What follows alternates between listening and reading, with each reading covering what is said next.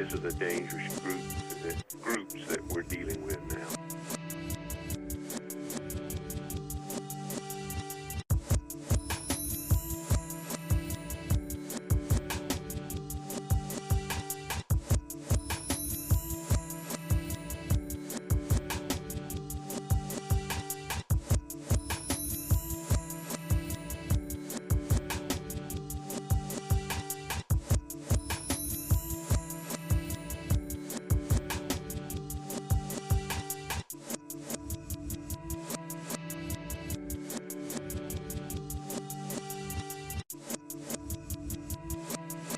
This is a dangerous groups that we're dealing with now.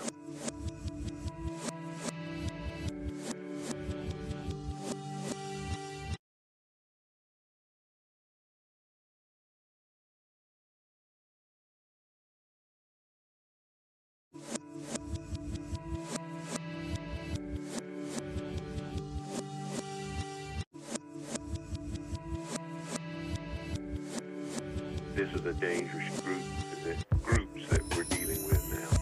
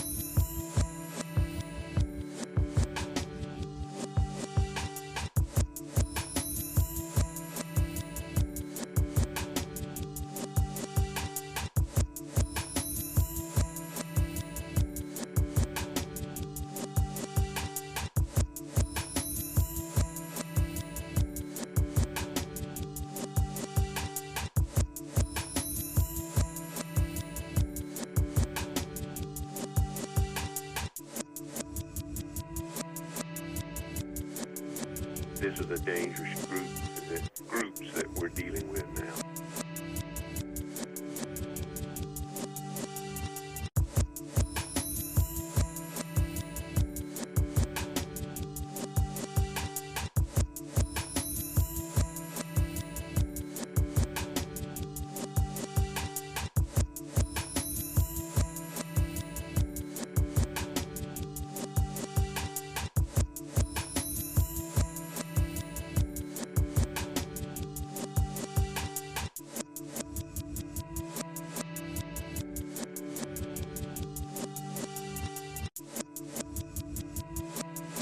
This is a dangerous groups that we're dealing with now.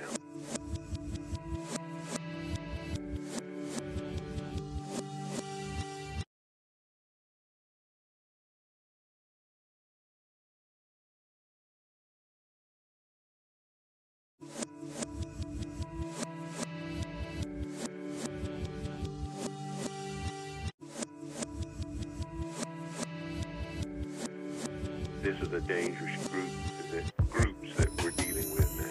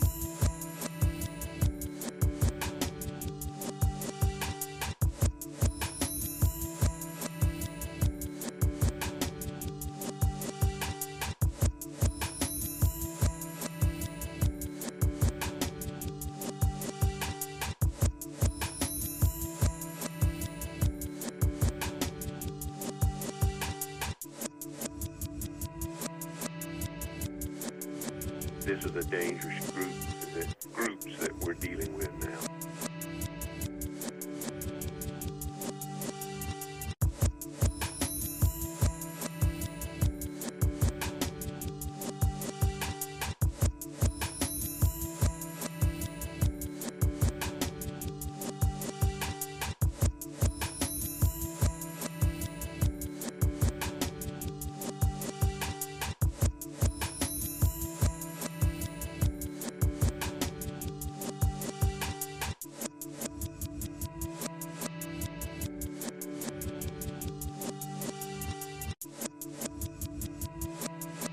This is a dangerous. Yeah, what is up, 24/7 BF family, the K-Gun Report family? This is Season 3, Episode 15 of the K-Gun Report. This episode, we are ranking every coach that we've had since Marv Levy. So, just spoiler alert, McDermott's at the top of everybody's list. That's it. That's the spoiler alert. Real quick, comment of the night before we get going. Uncle James says, I'm ready to tie one on with a double knot. That made all of us laugh. I got a special in-studio guest. Let's get this intro and go, huh? Let's do it. What do you think? Let's do it. Oh.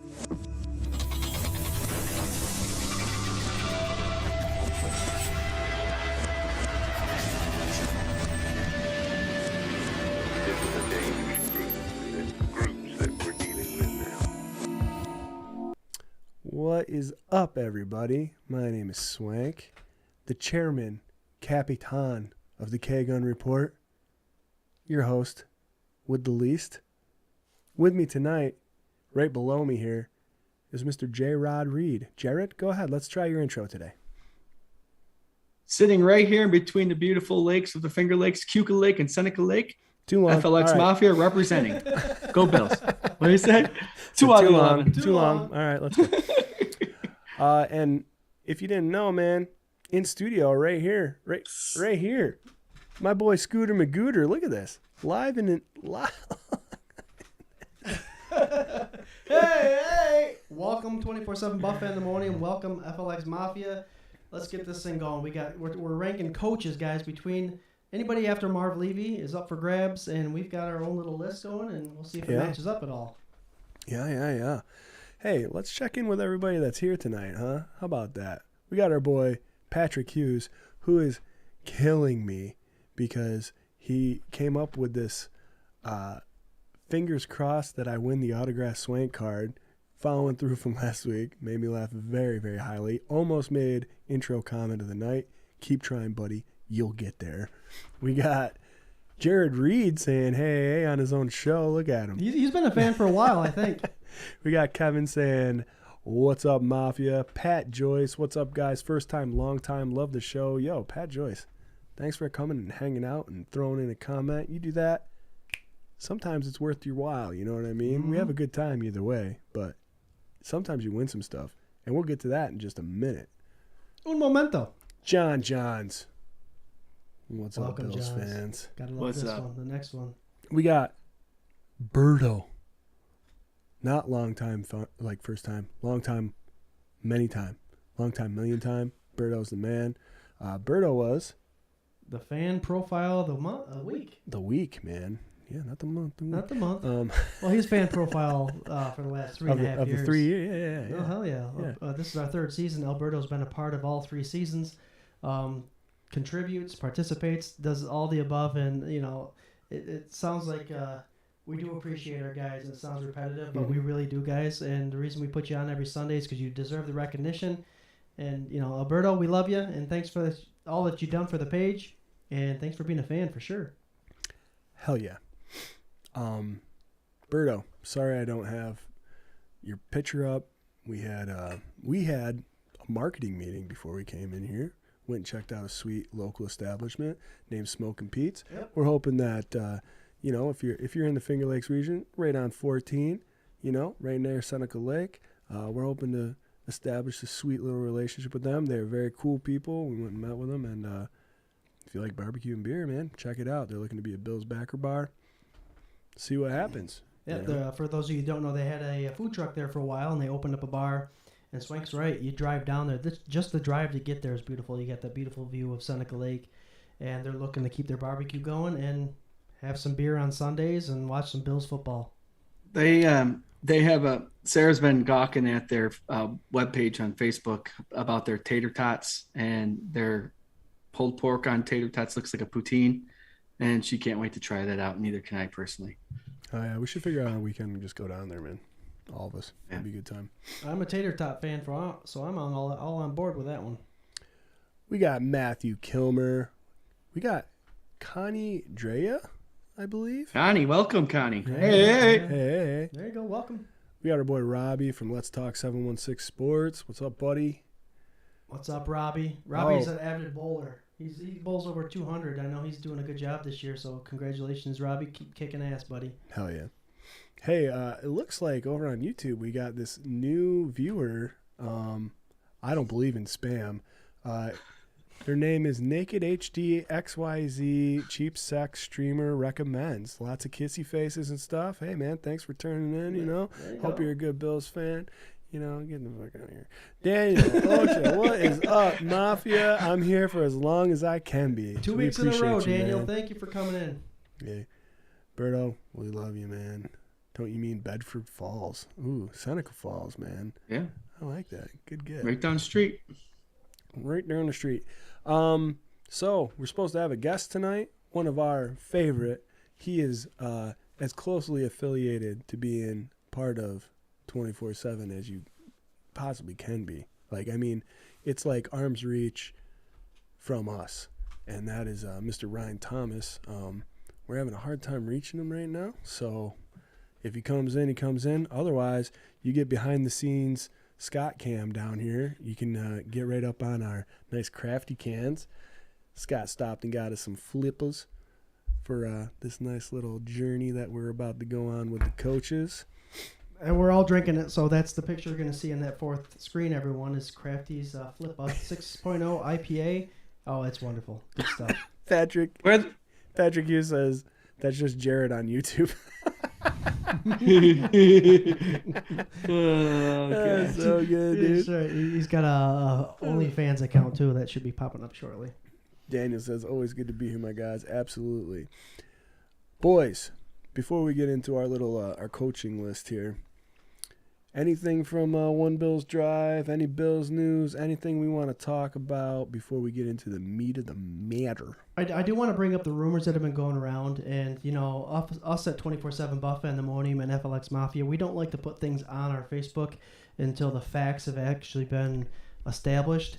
And there's a lot of rumors going around about Kim Pagula and her health. I saw a lot of things that were not necessary. And, you know, before you start spreading rumors, before you hear it from someone, and instead of acknowledging or finding out the facts and spreading those rumors, it's very sickening, disturbing. And, you know, the latest we got from Buffalo is that she is recovering, not the other way around, not the other series of events. So, come on, let's be mature about things. She did not pass away, which I saw on many people's Facebooks and tweets and all that stuff. It's irresponsible. It's, you know, quit trying to be the first person to get out the news. It's sickening, and, you know, you might get the likes and all that stuff, but you know, it tells you a lot about your personal self, and it's really annoying, and it's not right. So I want to say it. There it is.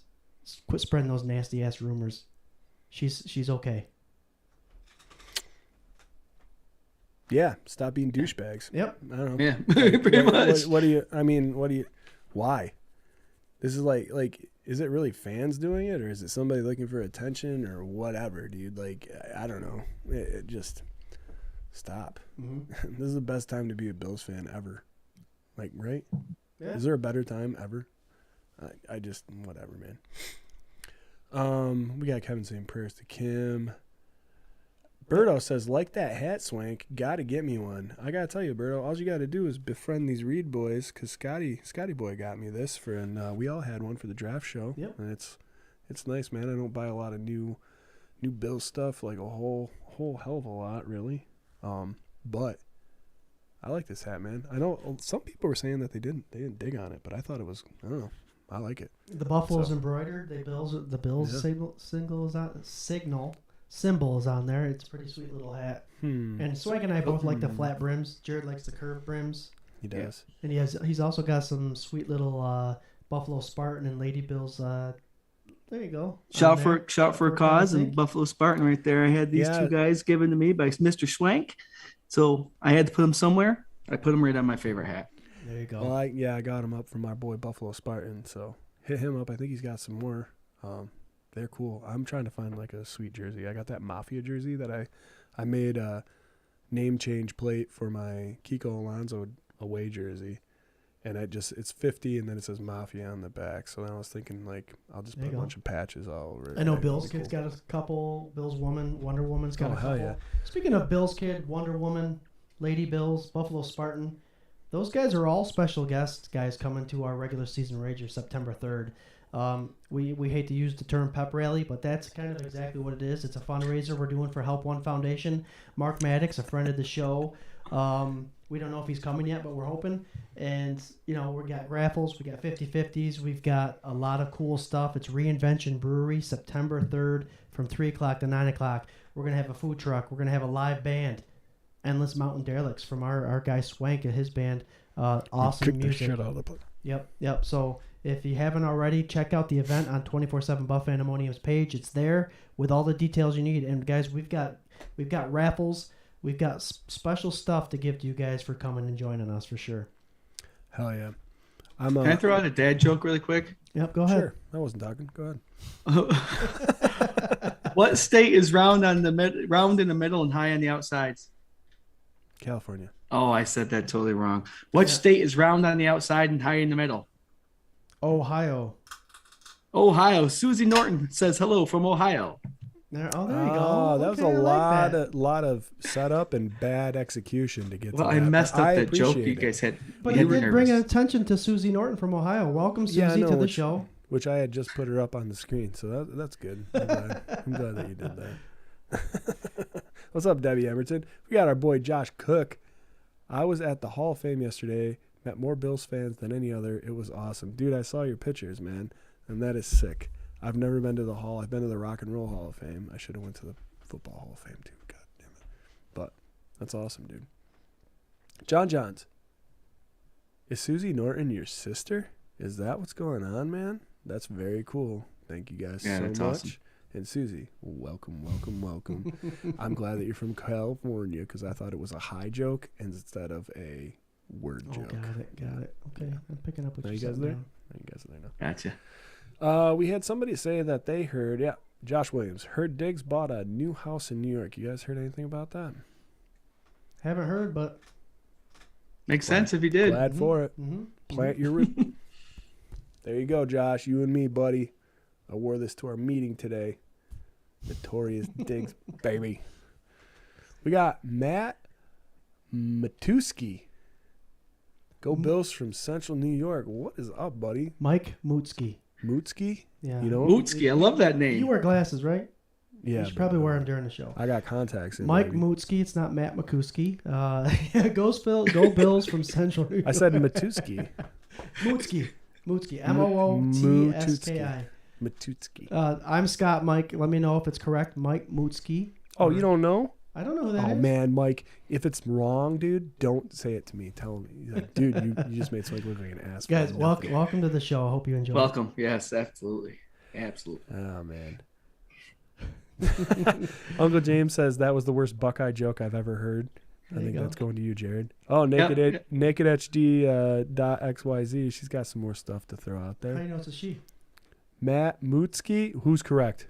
He's correct. Scott's correct. There you go. Yeah, welcome, Mike. Welcome, bro. Thank you so much for tuning in. So you guys see that Wheel of Destiny there sitting there. Last week we had a show we're giving away. No, they don't. Oh, they don't? Well, it's coming now. They do now. Yes. I had a giveaway show last week. You left a comment during the live stream, and you entered yourself to have a chance to win this Jerry's Bird rookie autographed card. And there it is. Jarrod's showing it to you. So we're going to spin that wheel and find out who the winner is. Once we find out who the winner is, if you're watching the show, PM us, DM us, whatever it is, give us your address and we'll give it out to you. For sure. And thank you for participating last week, guys. That was a fun show. Yeah, absolutely. Sorry, I'm chuckling because like it's really fun having you here and having the comments right here, and then I see like Patrick Hughes. That Ohio joke was as bad as the Jets. That's gold, dude. maybe. I love you guys so much, Yeah. so much. And I Mike? murdered the joke at first. That's what happens. Mike, not Matt. Matt, Oh, that's my bro. Did I say Oh. Matt? Oh, or cool. Did you No, say but Matt? Mike's got a brother named Matt. Oh, all right. Which I'm not seeing Mootski, which I'm not seeing him on the show. So Mike, you got some work to do. Get your brother on the show. No, you don't, man. He's probably like a Patriots fan or something. There you go. Anyway, we're spinning this wheel. What's Yeah, up? Go ahead, spin that wheel. Let's find out who's winning that Jarius Bird rookie autograph football card for sure. Mm. Spin that wheel. Pew, pew, pew. We got Dakota Eichler. Eichler. Dakota Eichler, congratulations. You are the winner of the Wheel of Destiny. Dakota's on the show quite a bit. So Dakota, if you're watching or if you watch later, because we do, it will still be on Facebook. It will be on Twitter. It will be on Twitch, and obviously the podcasts we also do. So if you hear your name, PM us, DM us. We'll get it sent out to you. Just we need your address, my friend. Thank you for participating. What I'll do is I'll Hell share yeah. the video tomorrow and I'll just tag her name so she'll know. There you go. Hey, real quick, Not- my boy Patrick Hughes says, I think Scott's mic is off. I can barely hear him. I know. What Should it I get is- closer? What it is, I Closer. just turned you up a little bit, is that Scott gets really excited, and then he does this, so then he talks like this, and it's happened a couple times. So now, he's got to keep his chin on that. I got to keep the whiskers You on, got to on do the the mic. rollover. Right. Instead of like the turn, Yeah. you got to do the roll. Hey guys, 3.5 years into it, I'm still learning. So So roll. No, oh, see, you did it again. And it's not this. It's this. it's Ready? this. Keep Roll. your chin on it. Roll. Okay, That's there it. you go. Yeah, Keep there the you go. fuzzies touching the mic. Yeah. Got it. Got it. Mike, Patrick, let me know if you can hear me better now. But yeah, nope, for sure. Congratulations. Go ahead, Jarrod. I'm going to ask a quick question Do it. really quick that Patrick Hughes brought up earlier this week, if you guys don't mind. Would you guys want Cole Beasley back? You want the Buffalo Bills to sign Cole Beasley back? I love Cole Beasley, and I say no.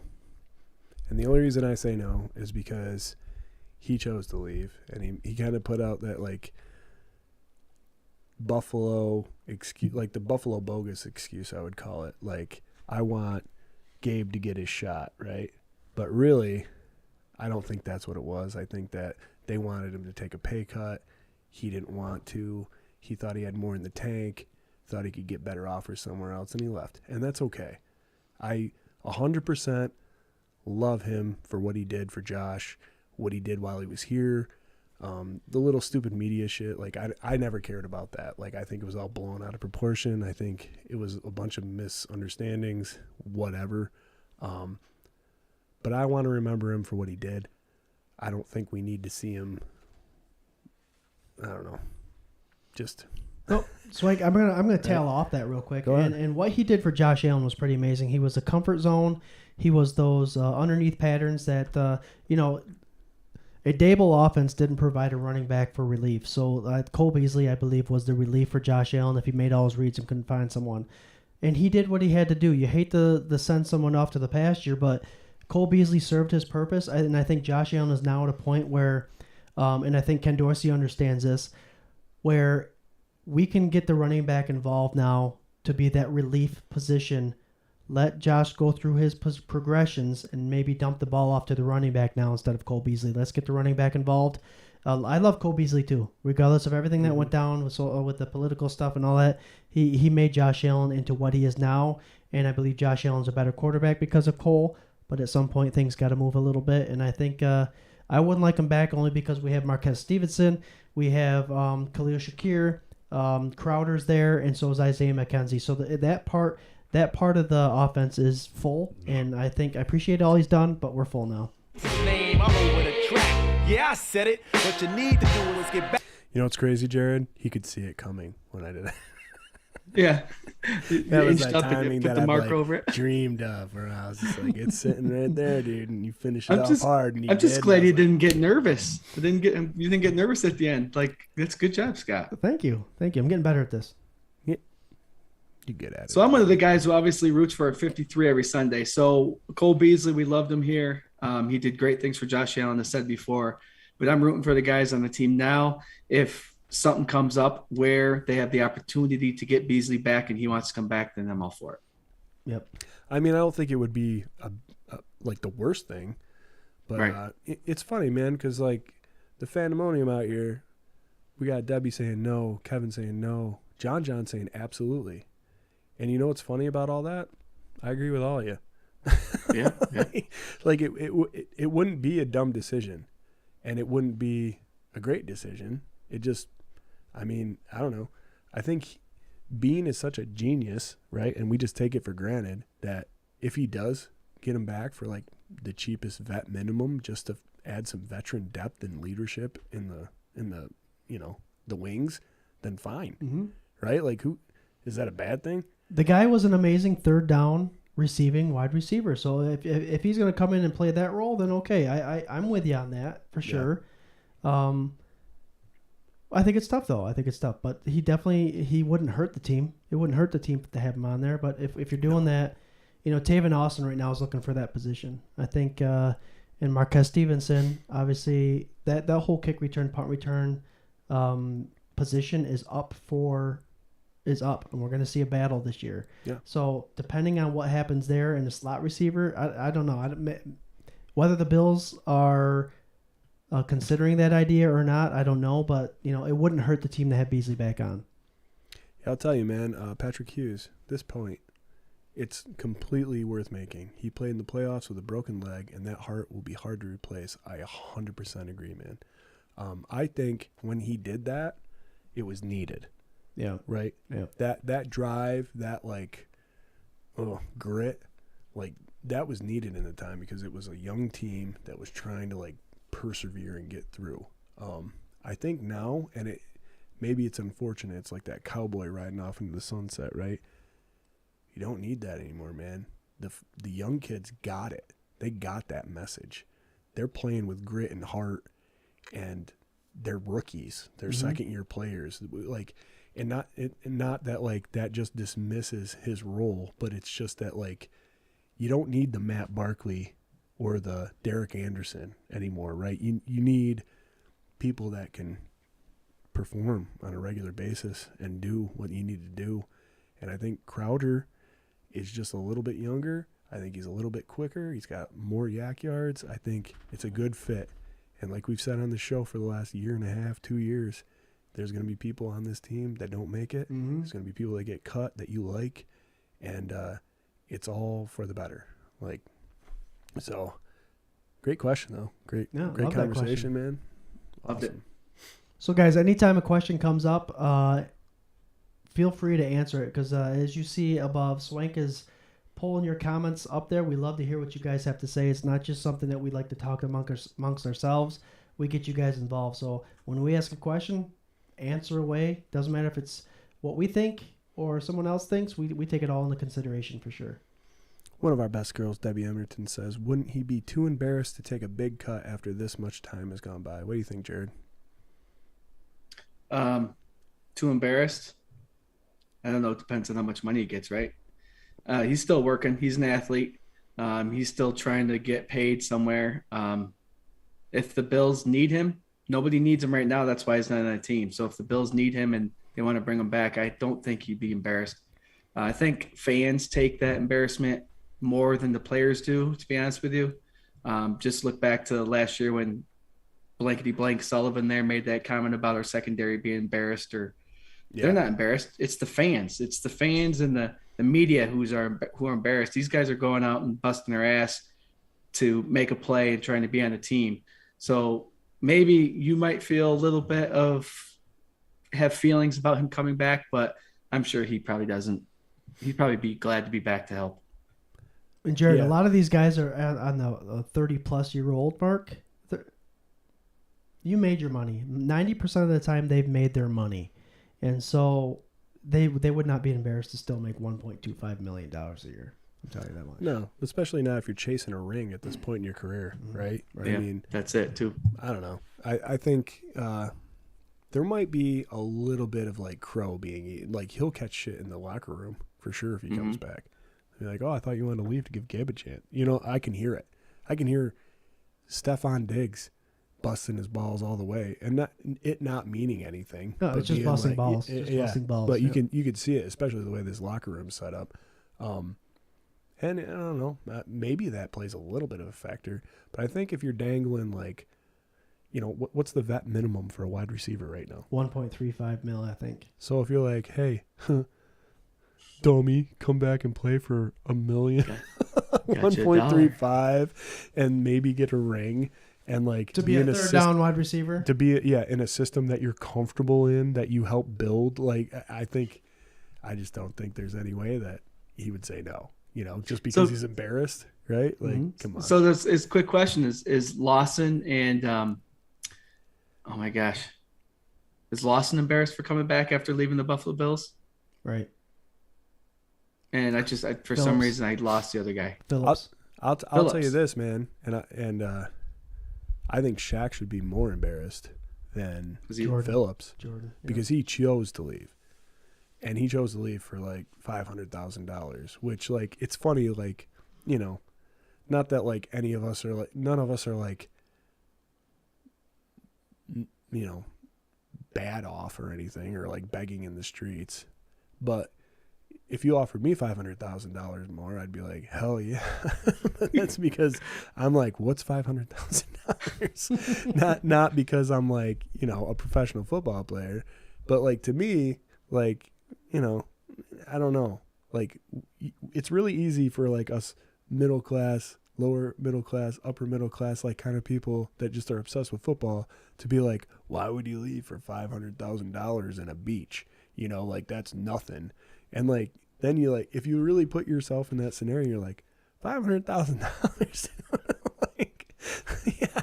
See, there's like some illegal shit I would do for like $500,000, you know, like, and that's on top. Like, that's just extra, you know. But yeah, but still, like, I think Jordan Phillips didn't want to leave, you know, and maybe I'm wrong about how it all goes down, because none of us really know how it goes down.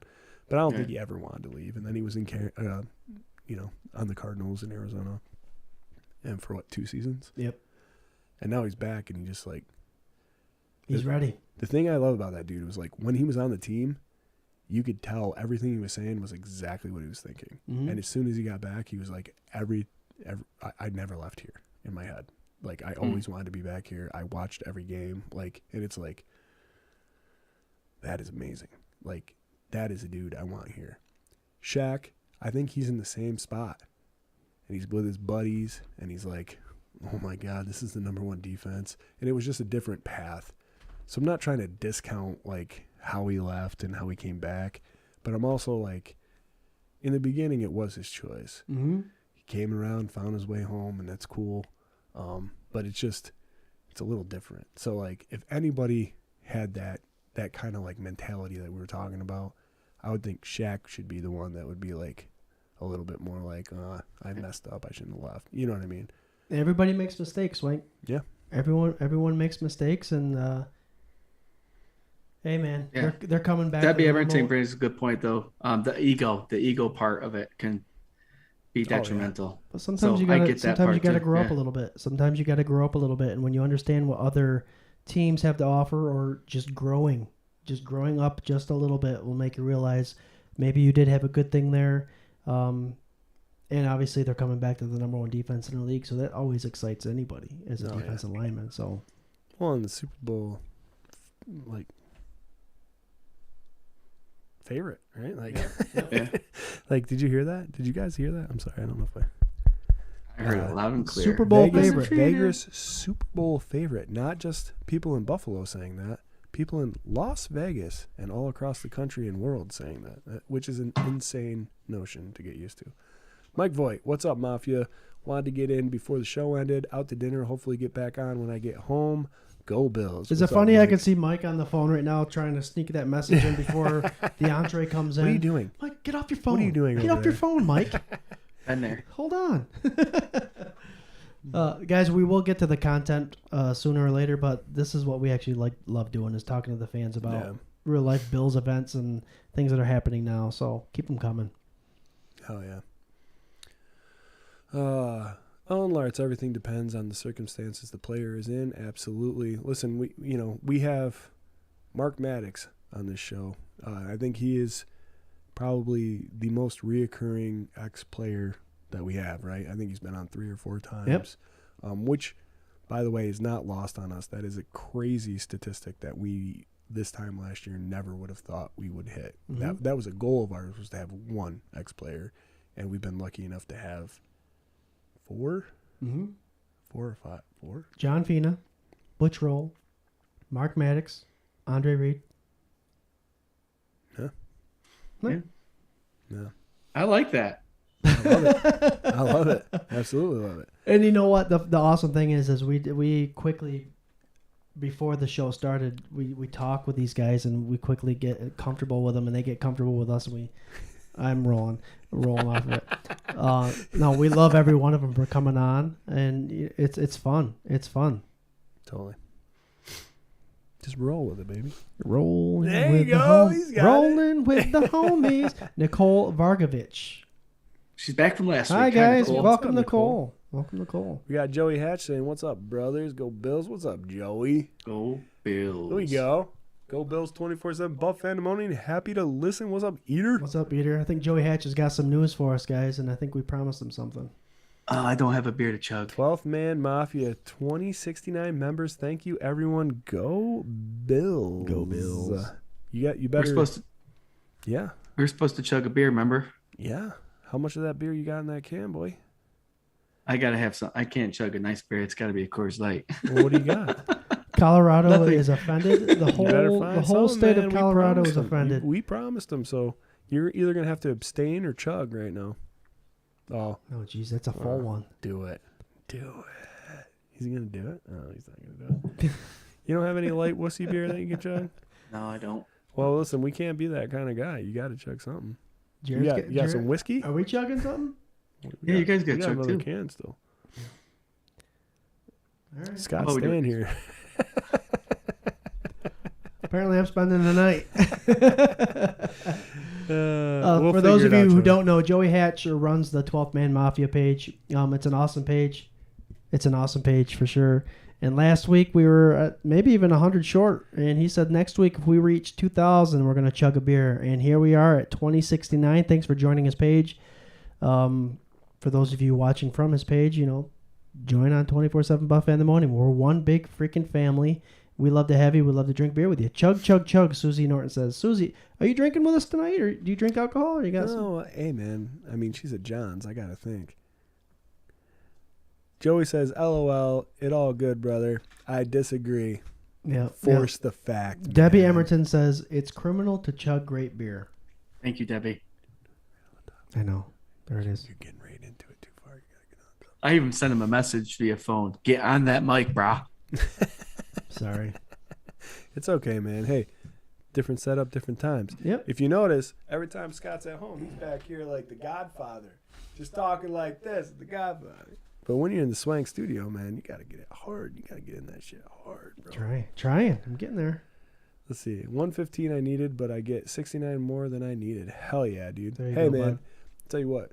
Thank you guys so much for helping out and hooking up. I'm sure we weren't responsible for all of those, dude, but Joey's a good dude. He's always been a huge follower of ours, and we love him like a brother. So thank you for helping him out. Thank That's you, buddy. awesome.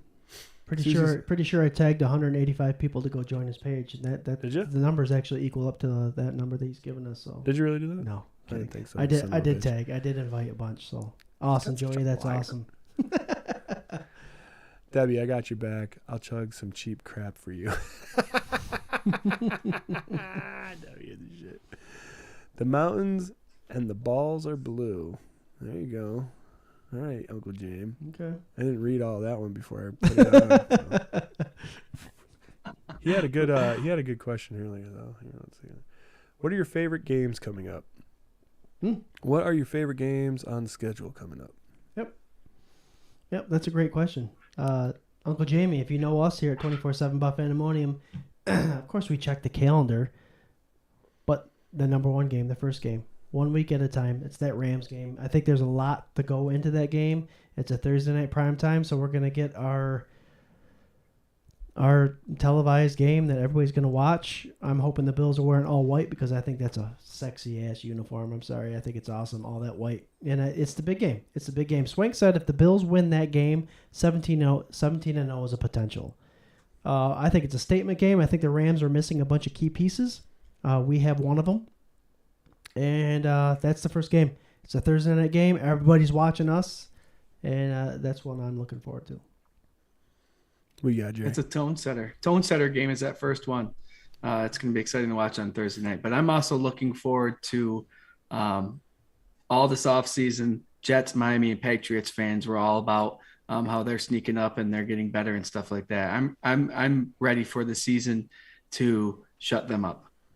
That's what I'm looking for. Is AFC Can I make East a point run. really fast? I'm Make- sorry. make a point. I want to make a point really fast. Anytime a question is posed at all on this show, you answer the question, I answer the question, and Jarrod puts out this bullshit cloud of like 4 possibilities that like nobody thought of, where he's like, well, the whole AFC East is what I'm looking for. What is the one game you are looking forward to, Jarrod? Answer the damn question. 1. 1 The through first 17. Patriots game. There So we you can really go. see You what hear how- that quarterback over there is all about. Did you hear how tough that was when you put that down? The first Patriots game. I love that. Then you can be like, and I like all the AFC. And I like the AFC East, and I'm wondering how we're going to do against this. I have 6 games in mind. I'm looking forward to Kids Day. Preseason game. Preseason.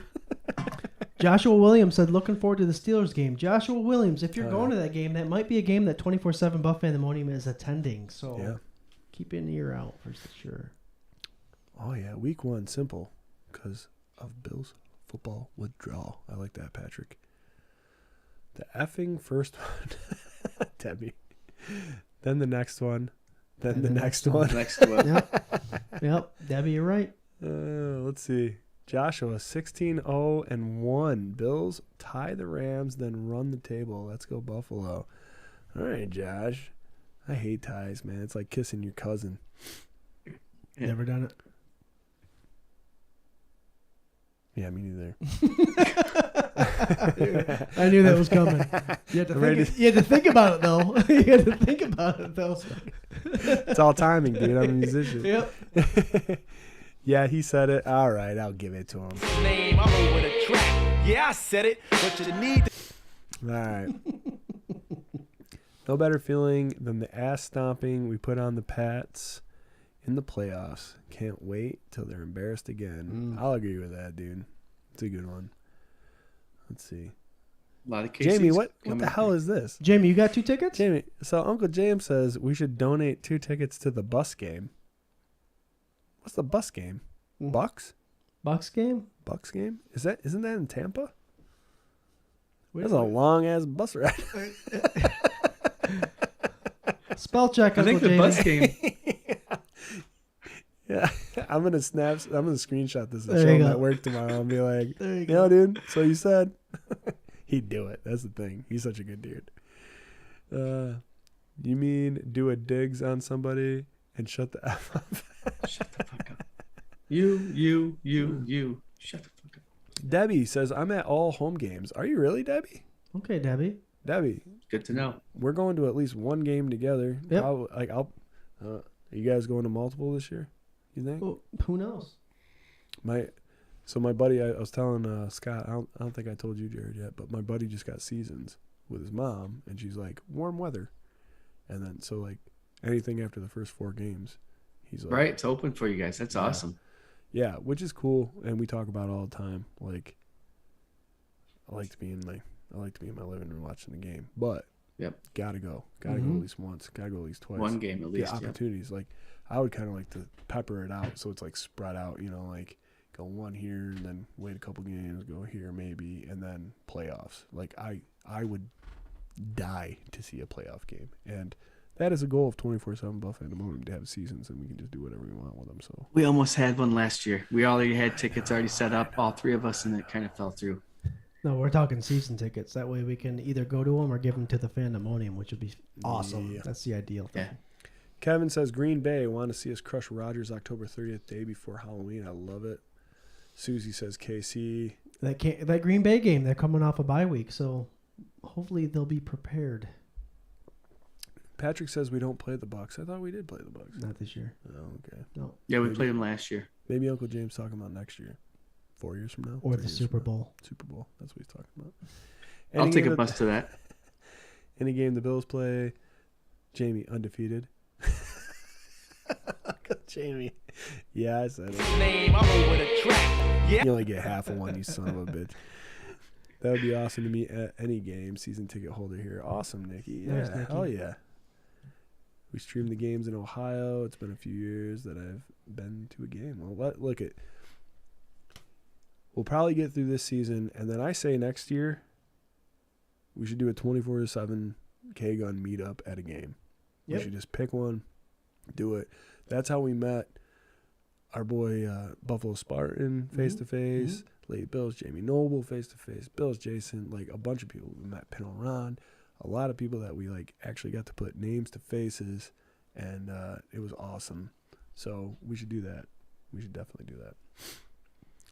Auto text error, whatever game you want, he says. All right, guys, let's get on to this coaches ranking, right? Yep. Let's do that. So, how do you want to do it, Jarrod? I'll let you pick. Do you want to go worst to first or best to last? What do you want to do? Well, like you stated earlier, we already know who number one is. Yeah. So Want to go top to bottom? let's go top to bottom. I think that's a good thing to do. Let's go best to worst. Best to worst. There you go. Okay. All right. Yeah. So I had put out this tweet forever ago. Well, 6/11. I'm looking at it right now because Scott was nice enough to send it to me, so I knew what my order was.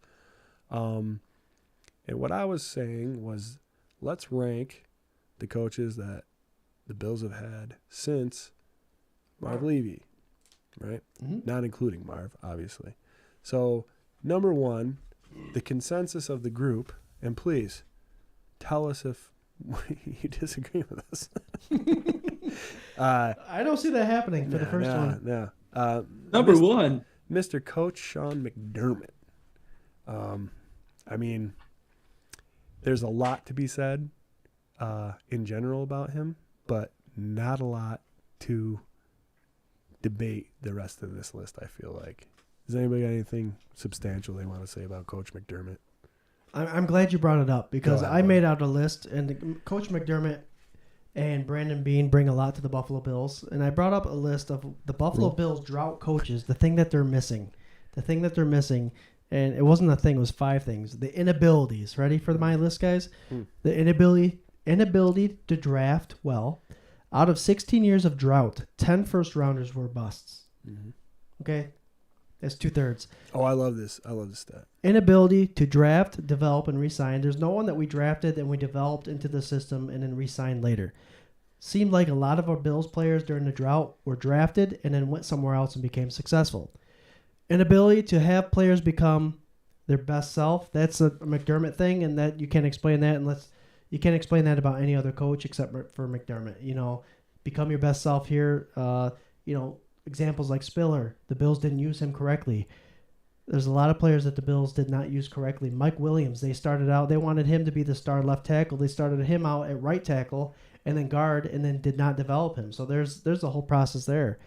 The inability to create a sort of consistency and the inability to create a marketable team to play for and a location to play for. You know, we didn't start bringing in popular players, and it was once every 5 years with like Mario Williams, T.O. T.O., and it wasn't a consistent thing. People did not want to play here unless they were getting paid. Now you got people taking pay cuts or less than marketable value to come and play for Buffalo. So McDermott, I leave those 5 things. There's something that the Bills could not provide over those 16 years. Those 5 things that scared people away, and that's why we went through the drought. We had a lot of talent. We did the drought offense, the drought defense, all-star team.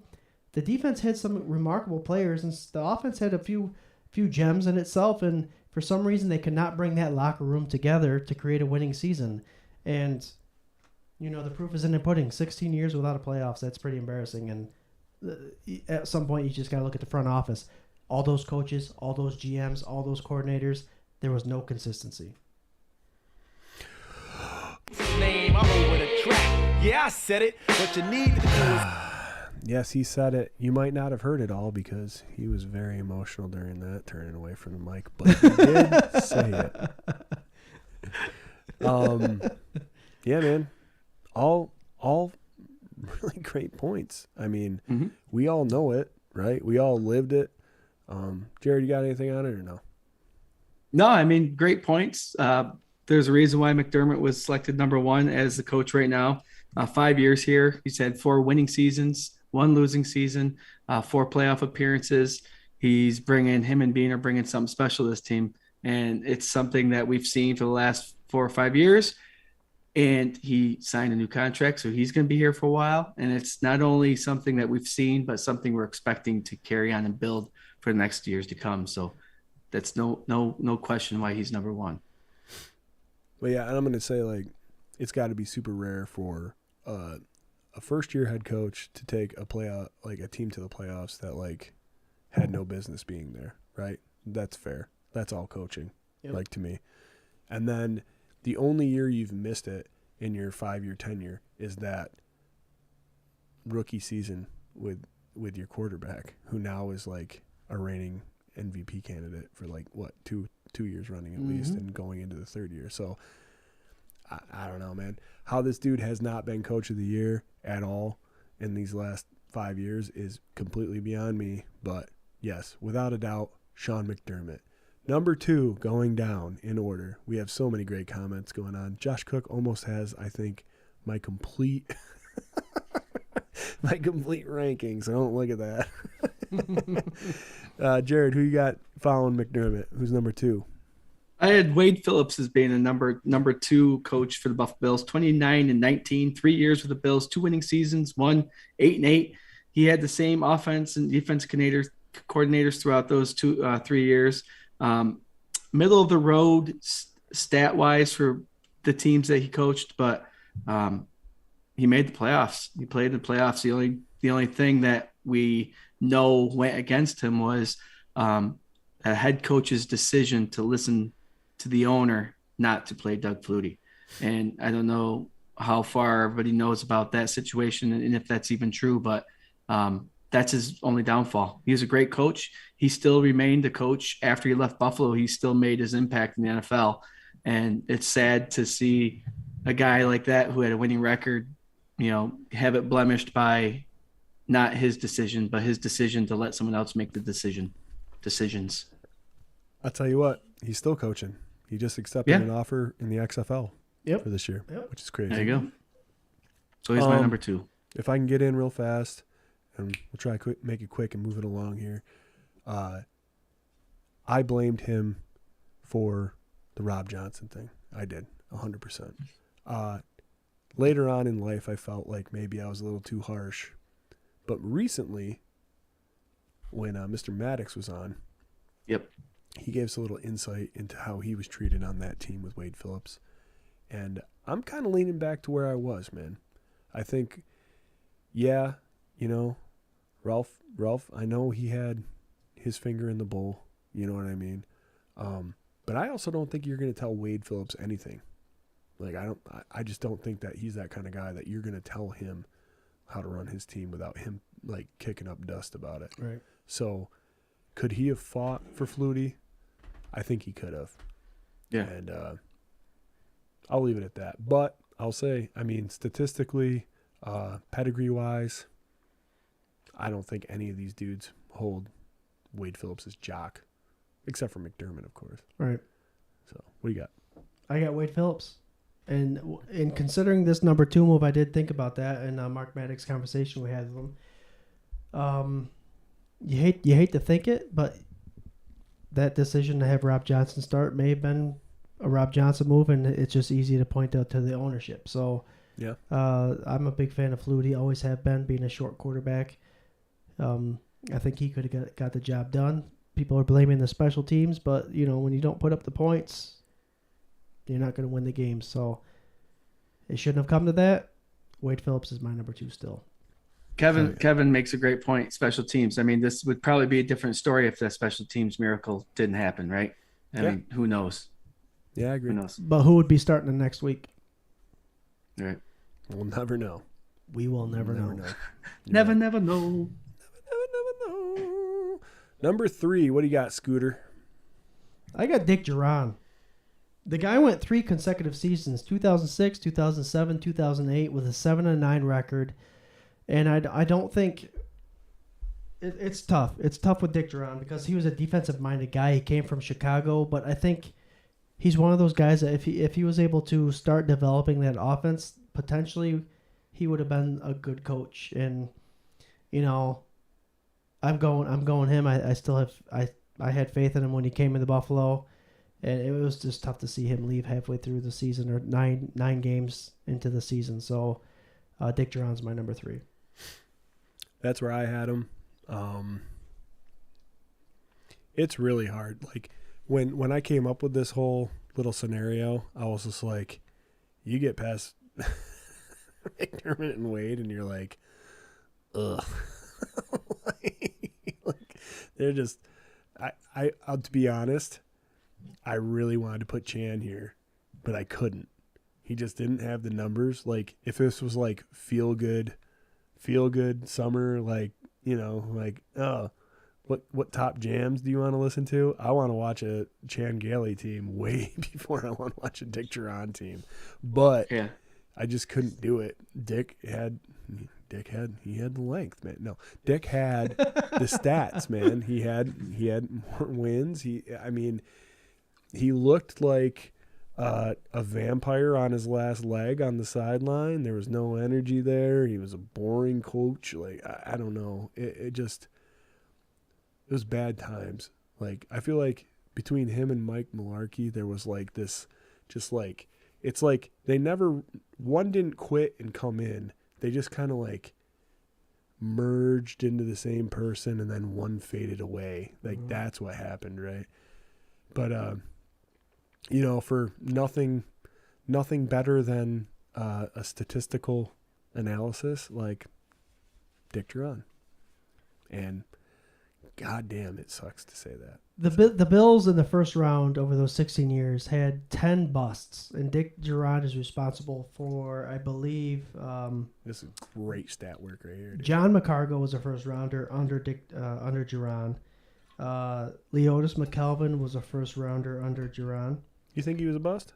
Aaron Mabel. He was middle of the road, right? Maybe. McKelvin was middle, I think, average. But he had a lot of first round picks, and he didn't succeed. I mean, round 7 in the 2008, they grabbed Stevie Johnson. So you can't blame it all on the head coach. You can blame a lot of it on scouting.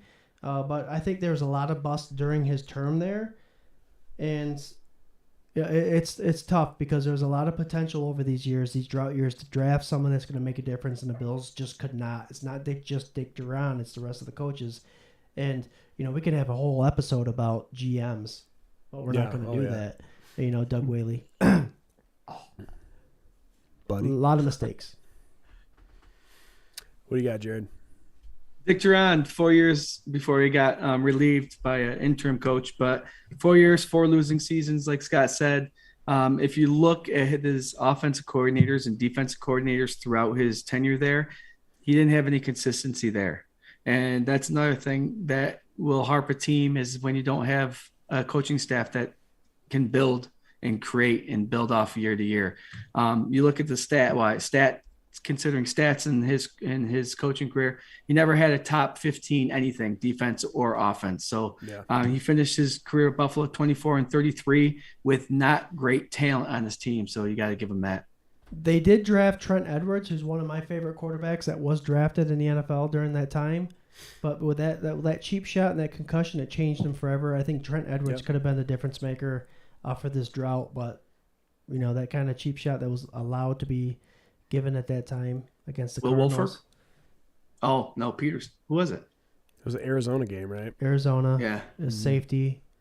I can't remember his well-known name. safety. Can't either. Yep, well-known safety. I can't remember his I name. I forget agree what his though, name was. 100%. He got that season. If you guys remember, I remember, they were like undefeated going into that game. Yep. They were killing it. They were beating teams they shouldn't have beat, and I was of the mindset at that point that was like, holy shit, Trent Edwards is the answer.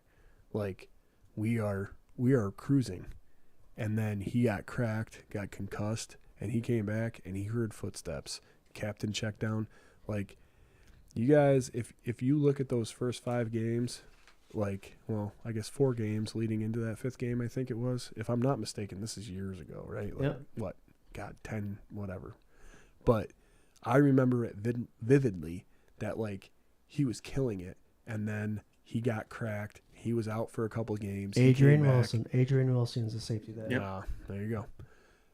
He got cracked and then came back, and he was never the same. Nope. Absolutely never the same. And that's where that's where like the legend was born. But man, those first couple games, you were like, holy shit, dude, we're doing it. It was almost like, and I'm not trying to be melodramatic, but like almost like that feeling when Josh got it, where you're like, oh my God, like we're gonna do something. And then he got killed, and it was like, Here we go. nothing, So, and then it was just another joke, right? That's it. Going into overtime. Go ahead.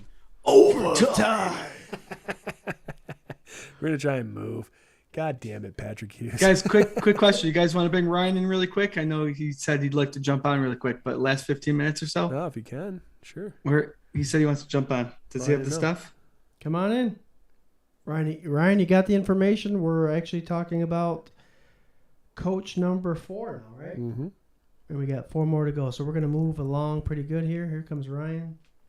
You gotta end your thing. Yeah. Oh, yep. Yeah, I didn't know if you guys saw that or not. No, I didn't. We're just cruising. Yo, tell us what your guys' lists are while we're waiting. Our boy Ryan Thomas coming in. I see his name right there. There's his beautiful face. Look at him. What's up, buddy? What's I up, made Ryan? it. Better late than never. Hey, I no- pull into my driveway and I hop on. This is what I do. Your dedication is beyond anything else, dude. How are you? What's going on, man? I'm doing great, guys. What's going on? I am diving deep into some fantasy football stuff. Obviously, I'm getting prepped and ready. I got a few drafts coming up in August, and I know we're not even in July yet, but it's never too early for preparation for fantasy football, in my opinion. Oh, hell yeah. Yeah, we got to get Ryan Thomas in on the 24/7 league, right? Yeah, we don't have a league yet, but we're thinking about having a league, a fantasy football league started up Yeah, here. it's going to be way too big. It's going to be the way too big 24/7. There's going to be super fans 32 league. teams. There's going to be 32 Yeah, it's gonna teams. be So way too many. But you should come. We'll be drafting players on the bench. Yep. It'll be awesome. Yep, that's how it works. What's up, Brian? Yeah, Glad to I have would you, buddy. love that. The more leagues I'm in, the better, I think. Personally, I love it. Never sick of it. You guys see that right there? What's up?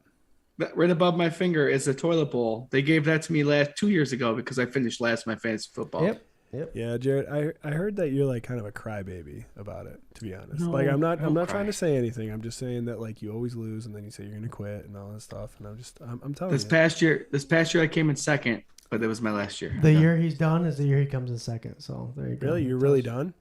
Yep. You guys got a wait list? You want somebody else in there?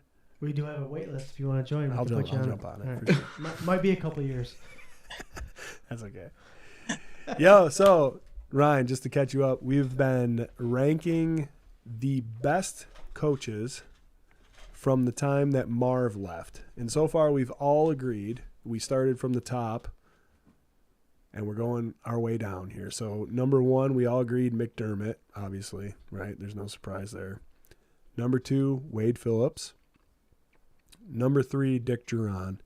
So we're on the 4th coach. We're working down to 8. Interim coaches don't count. So for me right now, the 4th ranked coach on my list was Mr. Chan Gailey.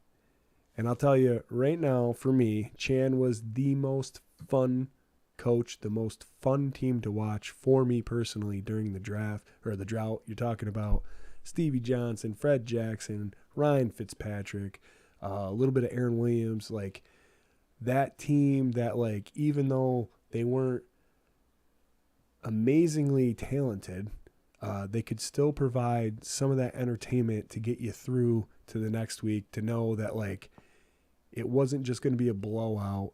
There was a chance that they were going to upset somebody and win, and it was going to be fun regardless. So for me, Chan has a little bit of like a special place in my heart, just because I think it was enough enjoyable compared to a lot of the dudes that were on this list to like keep you going.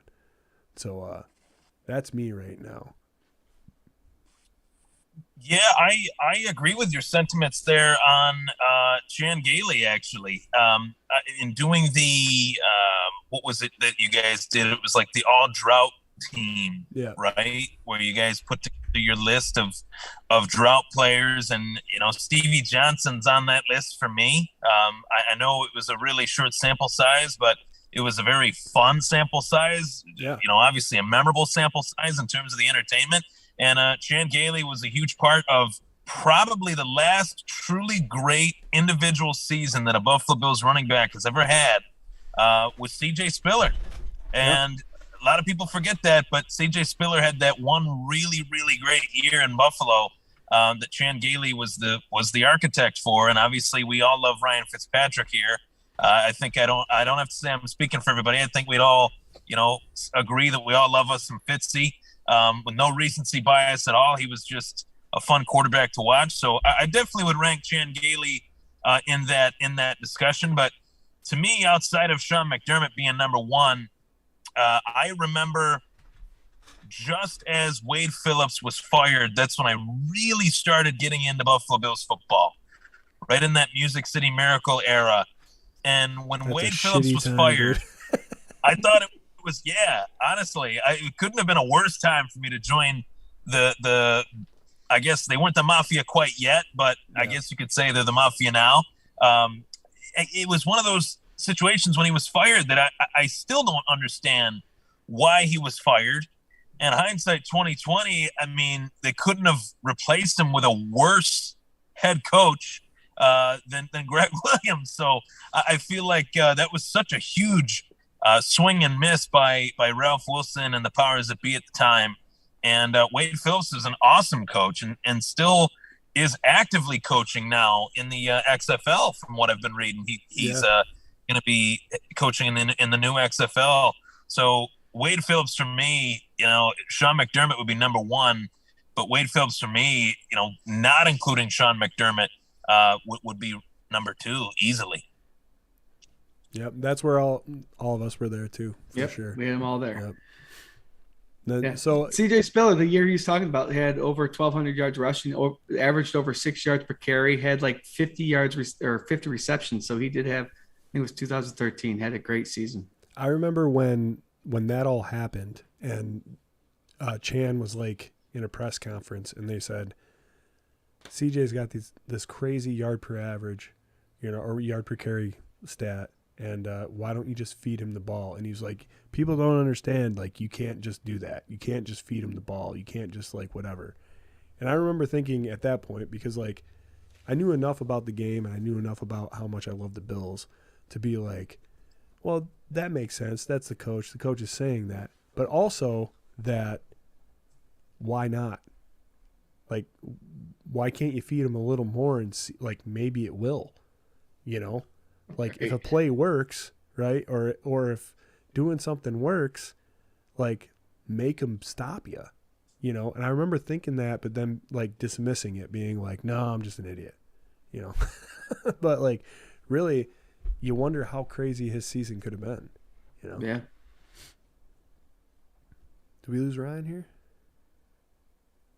Ryan there, buddy? Right? Ryan, you there? Swank, I agree with you. I have Chan Gailey there at number 4 as well. I'm still here. I'm actually I'm cracking open a cold one outside. There he is. I like that.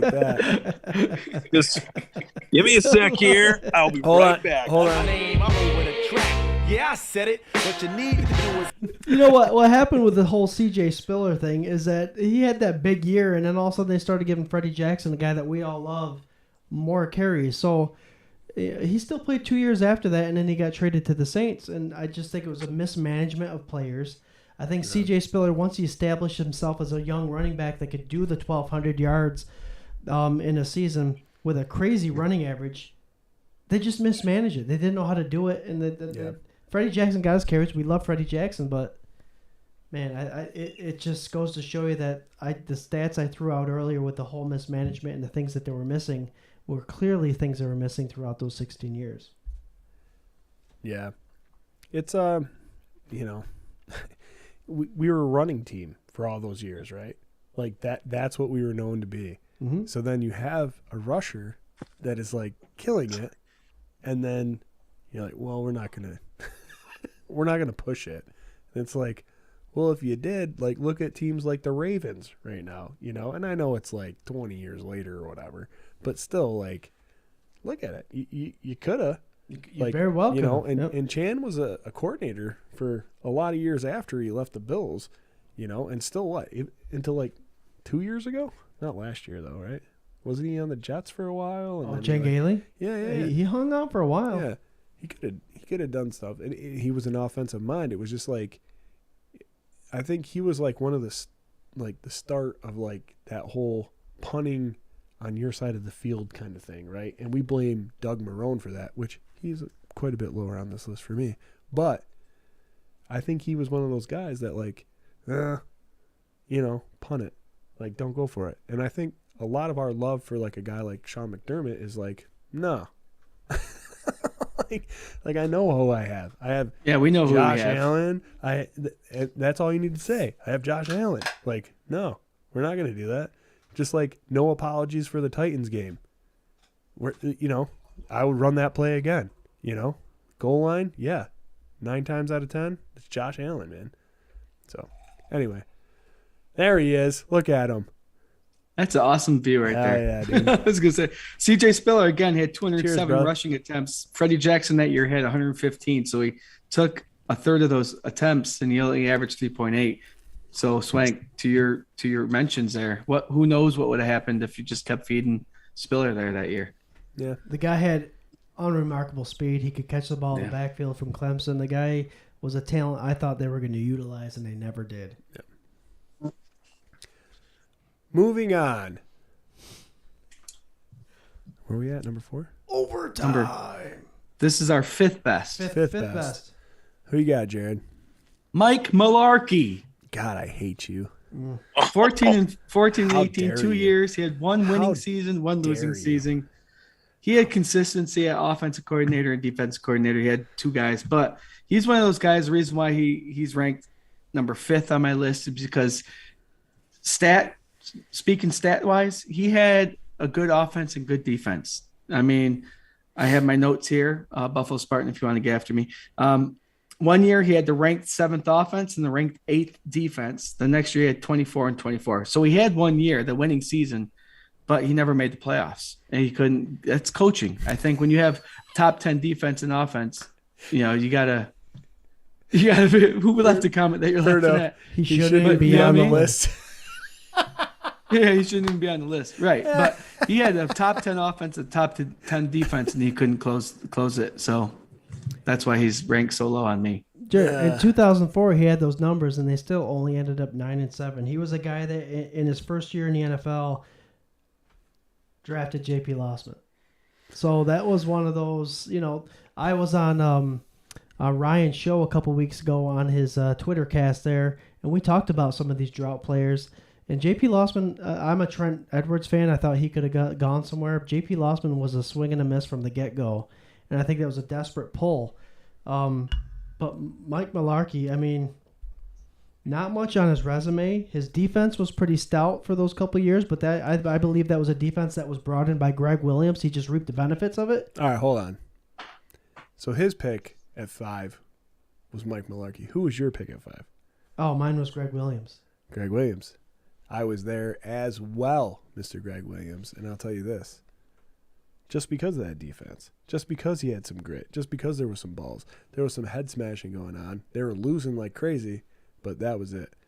For me, Mike Mularkey is a bucket of malarkey. Is what it is. Well, Greg Williams from 2001-2003, they brought in Nate Clements, Aaron Schobel, Ryan Denny, Terrence McGee, Chris Kelsey, a stout defense, but he will be knocked for getting Mike Williams in the first round. Mike Williams, I believe, Ryan, you could probably agree with me, was probably one of the biggest busts other than Aaron Maben in this drought. Aaron Maben, an undersized guy, by far had one good season for Penn State, and they just seemed like, and I'll go back to the first comment I made about not being able to draft well and all that stuff. They just seemed desperate, and they didn't have a good draft bringing up through the ranks, a good drafting, scouting front office. Naked HD has something to say. Oh, Ryan, really quick before you come back with something. We have this new contributor, this new viewer. I think they're over on YouTube. Their name is naked-hd.xyz/bro, cheapest Tinder just for sex. And they have been leaving great emojis. And probably one of our best followers right now. Yeah. The most comments. Most comments for sure. They might win a football card. We don't know. Yeah.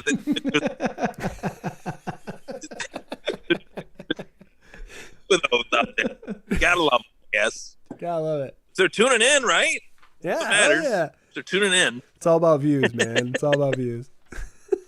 Dude, honestly, you mentioned, there are some coaches on this list that you just look at, and I don't know about you guys. I don't hate the coaches as individuals. I'm not saying they're bad people. I'm not saying anything like that.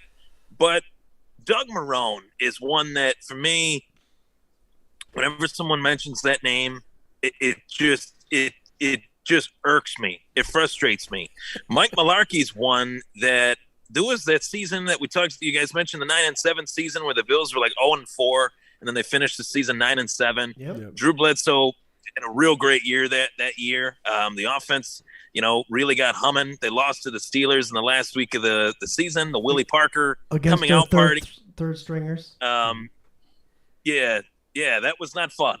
But that's one that, you wonder what if with Mike Mularkey, because if you guys remember, he actually resigned from the Bills when the Bills, shortly after they hired Marv Levy, and then Marv Levy hired Dick Duran as his replacement. So Mike Mularkey is one of those guys I do wonder what if, but then you wonder what if, and then you look at his head coaching track record after that with Buffalo, and there wasn't really much to look at and say, wow, he's got what it takes to be a head coach. So it's one of those things where I feel like wrong place, wrong time, was really only a holdover coach and wasn't really going to be around that long. Guys that you obviously put on the list as coaches that you respect that have been here along the way, I would put Anthony Lynn on that list, even on an interim basis. I'd put even Perry Fuel on that list on an interim basis, over guys like Mike Mularkey and Doug Marrone. Those are two guys that more so Doug Marrone, the fact that he took that opt-out and quit without even texting the players. Fred Jackson famously said, I didn't even get a text. Things like that just really show you how far this franchise has come. Doug Marrone in the long run did the Buffalo Bills the greatest favor ever, because without him quitting on the team and his staff, we wouldn't have had the Rex Ryan experiment that failed in 2 years that led to Sean McDermott. So it's all pretty interesting to see how this drought has taken on a life of its own that has led the Bills to where they are now. So without the drought, we wouldn't be where we are right now. I like that take. I think it's one of those things where it's like, well, if I didn't make these mistakes before, we would have never met, kind of thing. So you're right. Without Marrone doing what he did, and the Pagulas coming in and saying, okay, let's bring in Rex Ryan, and him kind of bringing the hype, but all hype, no action, and leaving 2 days before the last game of the season, whatever it was, and then bringing in McDermott. It all happens for a reason, but without your past, you can't be thankful for what we have now. But yeah, I mean, you can talk about Yeah, Rex Ryan in that respect too, right? Like, I mean, the Shady McCoy trade, that he fell into that ash drunk, fat backwards, right? Like, I mean, there was no reason, like, aside from the hell was that coach's name? The Eagles coach, Doug Peterson. Doug Peterson, right? Doug Peterson, yeah. Yeah. Like, why would he offer up Shady for Kiko Alonso? He had one great season. Like, yeah, I know. Oh, that was actually Chip Kelly. Chip Kelly. Right. That's it. Yes. Right. Chip Yeah. Notre Dame coach, yeah. Yeah. See, that's why we have Ryan on the show. I know, and that's You so know, good that he's here. You know, and for those of you who are anticipating the Sunday sessions coming up here in the off season, you know, that's a special that we have every Sunday pregame show. Ryan Thomas is a part of that, and trust me, Ryan, when I say this, we cannot wait for that part of the season to start. Oh, yeah, man. We missed you a lot, man. Me neither. I say this every single year. Every single year I say this. My friends make fun of me for saying it, but I'm going to say it again. I have never been more excited for a Buffalo Bills season than this season. I've said that like the last 5 years, but like it's the fact that we can say that and know it and know where we're at and know that, hey, we're right there, really on the cusp of something really, really special. You don't go out and sign a Von Miller and then, you know, say, oh, we're not just one. And, you know, I don't know the exact phrase that Brandon Beane said or the statement, but he was asked something along the lines of, is this Super Bowl or bust? And he said no. I think Brandon Beane saying no is kind of like when Brandon Beane said, we're not going to go out and spend a lot of money this free agency. He's just kind of saying things to just keep the meeting at bay. I love it. You're damn right. This is the year. You're damn right. This is the year to make it happen. I've never felt this type of momentum heading into a season. I feel like this is it. This is the one. This has got to be the one right here, right now. Well, I no mean, later. Now.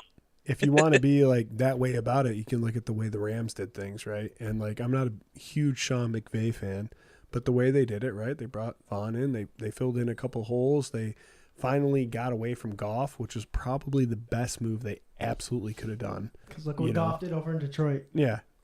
Well, to be honest, like that's the way I've always felt about that dude. And I know they got to a Super Bowl before and whatever, but like it just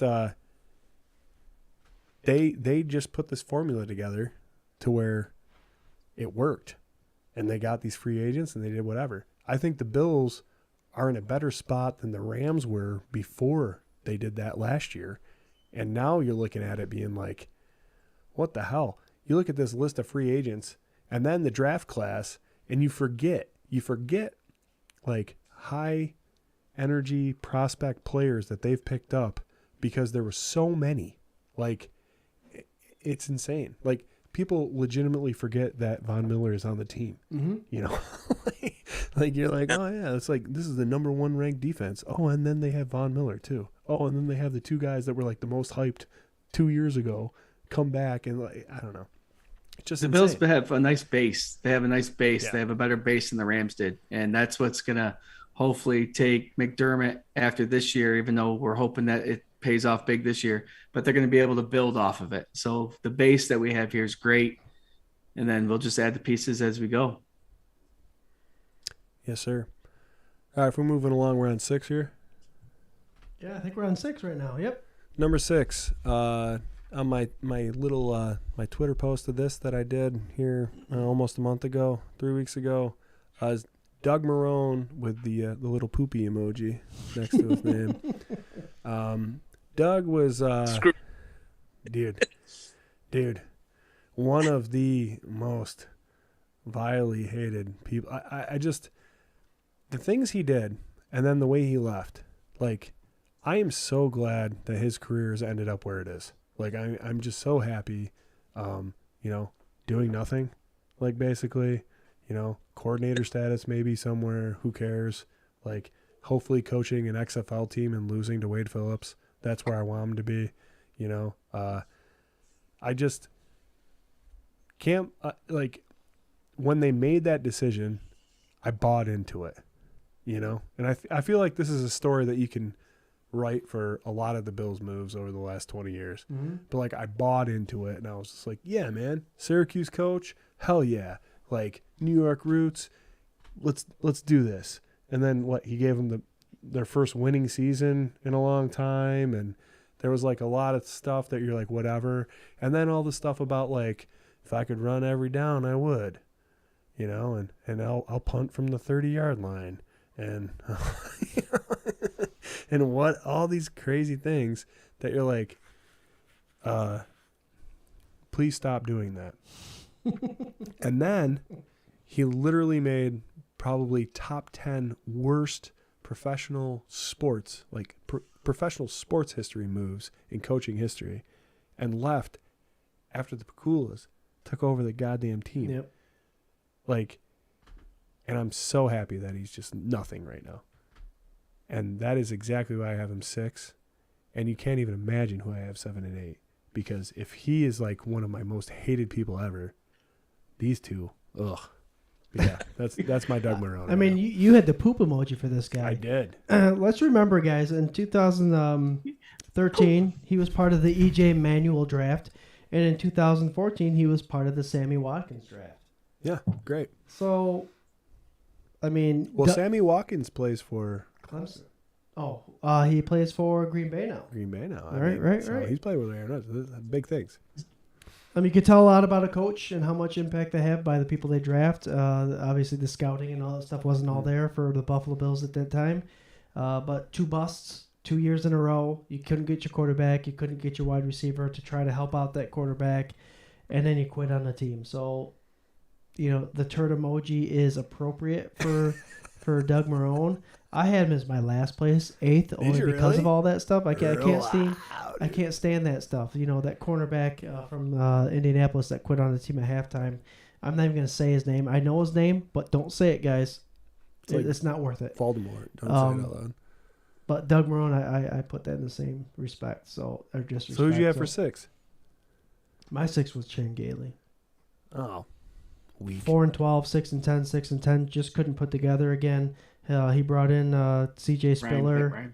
He did bring in one of my favorite players, Aaron Williams, but you know, Marcel Darius was a bust. He brought in Stephon Gilmore, but I agree with you. I'm gonna put Doug Marrone down there too. He's bottom of the list for sure. Who'd you have at 6? And honestly, sorry, go ahead. Oh, sorry. Nope. Yeah, and honestly, guys, like let's just pretend, that we're not living in a world right now that has Sean McDermott in it, that has Josh Allen in it. Let's just pretend that, you know, go back to that time. Like what's happened since hasn't happened yet. You go back to that time, and E.J. Manuel, for all of his faults, whether people said he wasn't ready yet, or people said he didn't have the arm, or he didn't have the smarts, whatever it may be, you know, whatever criticism people had of E.J. Manuel, Doug Marrone's job was, as the head coach, to put E.J. Manuel in the best position to succeed. He completely destroyed any chance, if there ever was one, that E.J. Manuel could be a franchise quarterback when he was benched, you know, a few games into the season for Kyle Orton, who didn't even want to play, didn't even have the expectation that he was going to play. Mm-hmm. And when he was about being the starting quarterback, I still remember it to this day. I was going from my sociology 101 class in college to my interpersonal communications class, and I was listening to his interview in between my break in classes, and Kyle Orton didn't even know that he was going to be starting. It was brought to his attention from the local media, and he was shocked by it. Didn't anticipate ever playing a snap with the ones as E.J. Manuel's backup.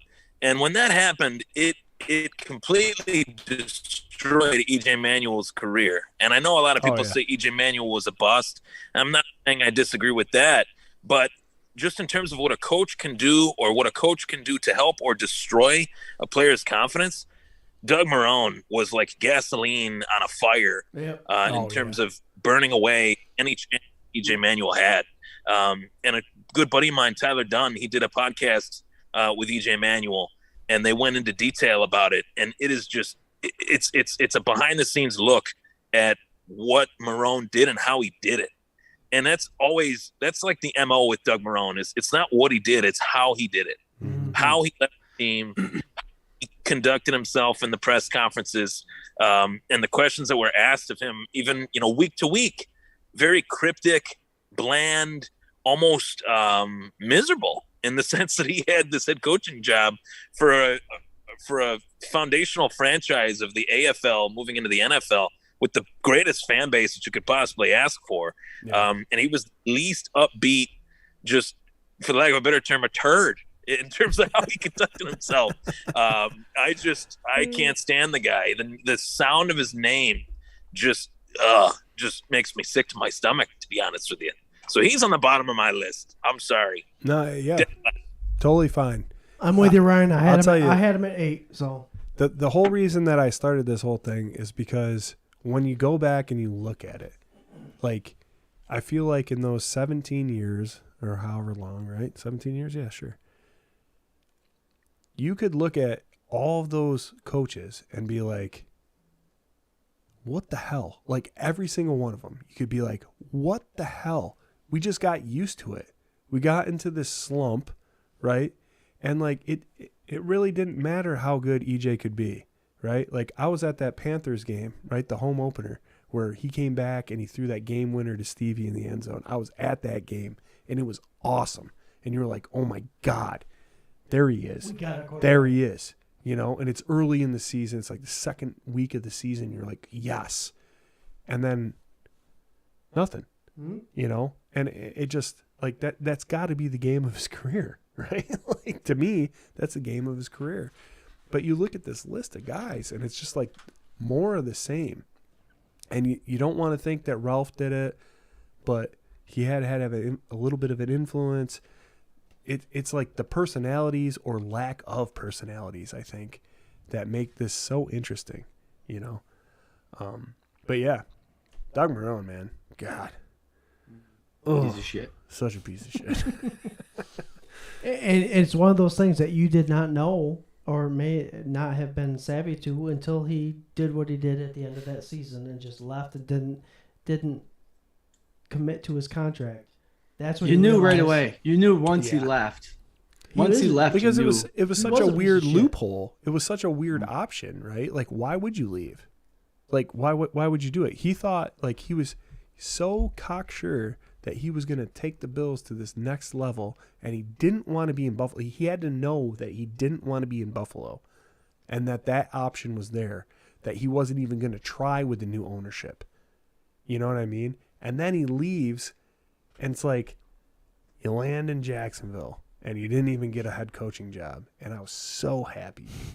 So happy. And then what did he do to Jacksonville when he climbed his way into a head coaching job? Ruined it. Yep. And it's just like, I'm so glad that happened, but why did it have to start in Buffalo? Like, why? And I'm glad that it all worked out the way it was, and that was still like 2 moves before we finally got like the head coaching ninja that still gets disrespected, still should be head coach of the year. Like I said, these last 5 years, man, one of those years that dude should have been head coach of the year. You can't have one of the saddest, like, statistically worst teams in the NFL and take him to the playoffs, 4 years out of 5 and not be. Yeah. How is nobody saying anything about this? But anyway, number 7, Jarrod, where are you at? Number 7. Rex Ryan. Yep. You ruined my Rex cake, Ryan. man. You ruined my cake. Rex Ryan, 15-16, 2 years, 1 losing record, 1 even record. He had a team both years he was there. Talking about stats, offense and defense were in the middle of the road every time. He obviously, that can go either way, but he was just never a coach that could finish the job. And I think he was handed a lot of good stuff. He had a great offense coordinator, Greg Roman and Anthony Lynn. Dennis Thurman was his defense coordinator, and he just couldn't get it together. I think his ego took over a lot of those games, and that's why he's down at the bottom. I was excited when the Bills first got him. I was like, all right, something new, something different. And then seeing him here, it was just an embarrassment. I did not want him here. When I heard that, I was like, no. And then we do like we do as Bills fans, and we're like, he's wearing the colors, man. He wrapped his truck. He changed the tattoo on his arm to blue and red. Like, he's loud. He's telling us we're going to the playoffs, like, whatever. And then that whole trade for Shady happened. And you're like, what? Like, literally, I remember my friend texted me. He's a Browns fan. He texts me and he goes, McCoy for Alonzo? And I literally, this is, dude, if I can dig it out, it's exactly what I said. Well, I don't mind Colt McCoy. That's okay. That is what I thought the trade was. Like, I thought the Bills were trading for Colt McCoy, and I was okay with that, sending Alonzo to get Colt McCoy. And he goes, no, dude, Shady. And I was like, no. like, you're wrong. And then I looked it up, and I was like, holy shit. Are you kidding me? And it turned out to be like one of those bridges, like a gateway into us getting right. And Rex just fell into that. That's not him. I mean, we already talked about it a little bit earlier, but like, and he still didn't know what to do with it. He still didn't know what to do with it. Like, he couldn't handle it, you know? But yeah, my 7 was Mike Mularkey. We've already talked a lot about him. My 8 was Rex Ryan. He's a goddamn clown. But yes, we can definitely talk on Rex and how, I mean, bringing his brother in. Why? Why bring his brother in? What'd he do? Does anybody know what his goddamn title was? No, I mean, I still couldn't tell you what he did. He probably was like payroll, accountant. He's record holder for most wings eaten at a bar in Buffalo. Yeah. What do you got, Ryan?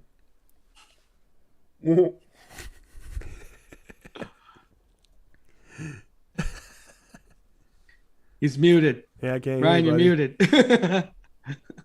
Done that, that. Been there. This is one of those ones that just it just makes me laugh my ass off. The fact that they went from Marone to Rex, it was a PR move, and you have to think of it in terms of, it's a coaching hire similar to the TO signing in terms of getting fans excited, putting butts in the seats, having a mouthpiece for your team that attracts the casual fans to the Buffalo Bills, which are still to this day, of course, a small market football team. I remember when they signed him, and they hired him, I should say, it was that polar opposite move to Doug Marone. Here's a coach that quit, right? You could say what you want about Rex Ryan being a clown. I wouldn't disagree with you. He's a clown. He's the class clown, if anything. But he isn't a quitter.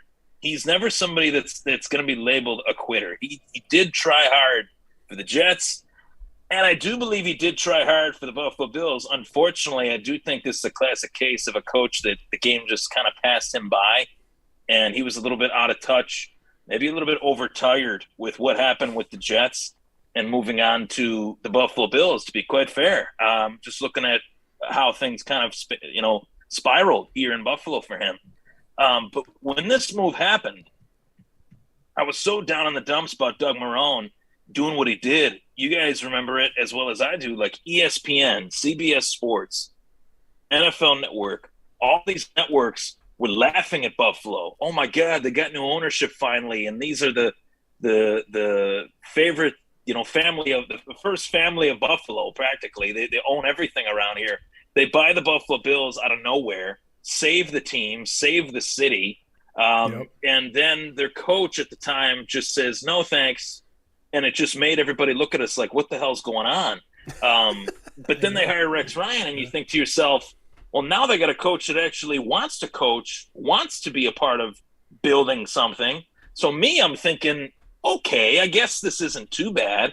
This is one of the few times I can raise my hand and say I was actually kind of excited when that happened. The Sports Illustrated cover, I remember it still. Thurman Thomas, Jim Kelly, and Rex Ryan sitting in between them. I mean, I was pumped. There was a lot of fan service in terms of that hire. Unfortunately, it did not deliver. And boy, what a mess was left. What a huge mess that was left for Sean McDermott to come in and clean up. I mean, that's what we're talking about now in terms of moving forward 4 or 5 years from now. The mess that Sean McDermott inherited was the equivalent of, a bad economy that a president might inherit. It was brutal in terms of where we were at. And, here we are now, 4 or 5 years later. Rex Ryan's on ESPN praising Sean McDermott for what he's done for the Buffalo Bills, just something that he couldn't do, which was make them a viable contender. All the talk was just talk. There was no action. Yeah. And Sean McDermott didn't do a lot of talk. He just did the action. So it took one really bad hire to make the right hire. Only one for the Pegulas. You can say what you want about the Pegulas, but in terms of the Buffalo Bills, they got it right with Sean McDermott, and Sean McDermott led to Brandon Beane. So I kind of touched on that earlier. Like, if it wasn't for Rex Ryan, we wouldn't have Sean McDermott. Mm-hmm. So gotta be thankful for Rex Ryan in that regard. Thank you. It was only 2 years, so that's good. It's one of those things that with Doug Marrone and him leaving, and the Pegulas taking over, you kind of had to desperately make a move that's going to make a statement. And I think the Rex Ryan move was a sexy move. I'm with you, Ryan. I think that was something that, like, this guy's going to bring some defensive attitude to this team. He's going to bring some swagger, and unfortunately, it becomes a Dallas Cowboys situation where their owner becomes more the vocal opportunity than the coaches and all that stuff. Rex Ryan brought the attitude, he brought the defense, but he didn't do much as far as draft goes. He just brought I'm wrapping my truck, I'm making everything look good. And he was an attitude that needed to be arranged by the Pegulas for this whole Marrone debacle. So I think the 2 years of him was a perfect scenario. Bring him in for 2 years, and then bring in someone you actually want. I potentially think that the Pegulas brought him in just for the theatrical part of it, and then they researched, they did their studies, and brought in a guy they actually wanted in McDermott. Yeah, I mean, real quick, juice was worth the squeeze, right? Yeah, for the Jets, his winning percentage was .480. He had or .479. He had a better winning percentage with the Buffalo Bills. You would think that with the Jets and all the notoriety and all the hype and all that stuff that come with Rex Ryan, that he was a popular guy in New York. He was, but he had a losing percentage, and he had a better percentage with the Bills, but it was still a losing percentage.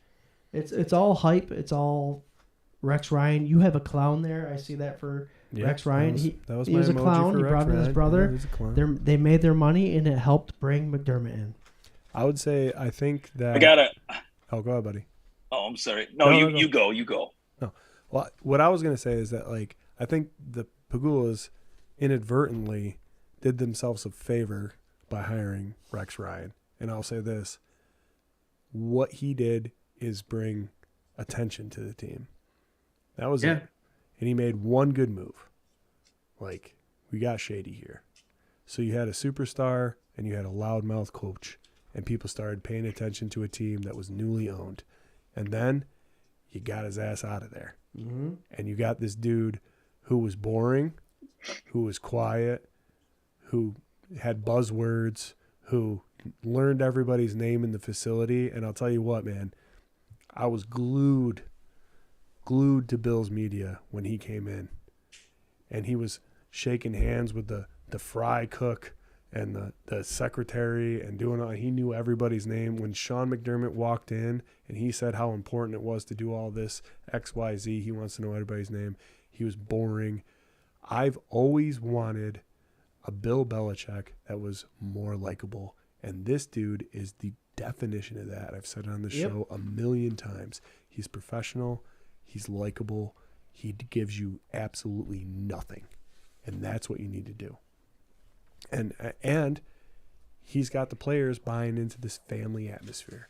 So if the Pegulas had to pave the way with an asshole like Rex Ryan just to get attention on the team, to swoop in with this dude who wasn't, like, they went from like the flashiest hire you could do to the unflashiest defensive coordinator.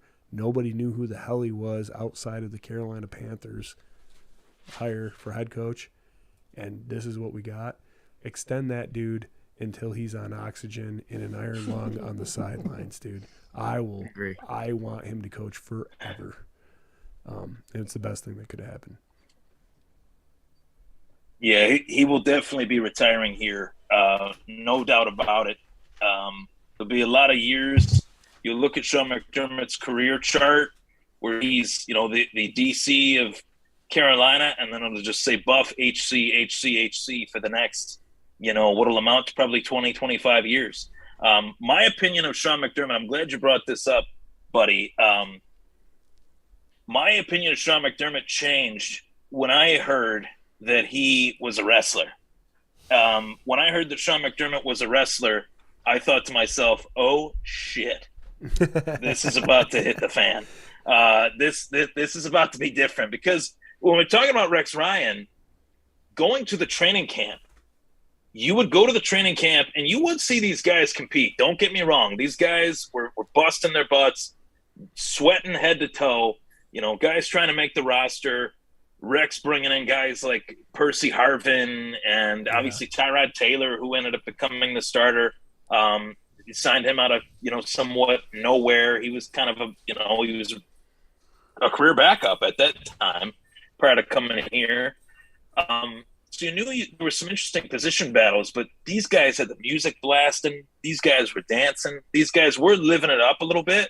Whereas when Sean McDermott came in, I was like, oh my God, these guys are not only they're cracking each other, but Sean McDermott's out on the field. Like what? Like on the field, not on the sideline. He's on the field. He's in the mix of these guys just going toe to toe.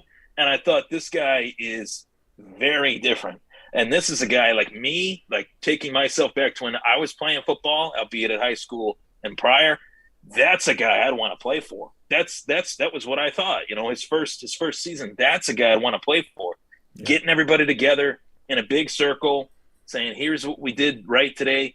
Here's what we need to work on," and then parting ways. That's like wrestling 101. I wrestled in high school. He approaches football very similarly to the foundations of wrestling coaching. Might be a different sport, but in terms of what builds a team, closest teams I was ever a part of, whether it be baseball, football, or wrestling was heads above the other sports. And I think Sean McDermott's done a really good job of, taking his background in wrestling and applying it to his coaching career in football. Yeah, great point, man. I mean, he the structure, right? The structure and discipline right in wrestling. Like that's what it is. And all of the negative connotation, any sort of little negative connotation you've heard about Sean McDermott is that he's too much, right? But in his demeanor, it's like this like casual pressuring, right?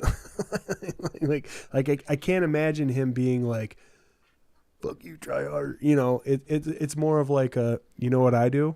Like I do this. You know what you should do if you want to be great, if you want to trust the process, if you want to go XYZ, whatever. That whole story just came out about, how he used to sleep at the office, now he doesn't, all that stuff. I mean, there's a certain mentality with it. Like he's got a winner's mentality, but also like a family mentality that like translates to these players, man.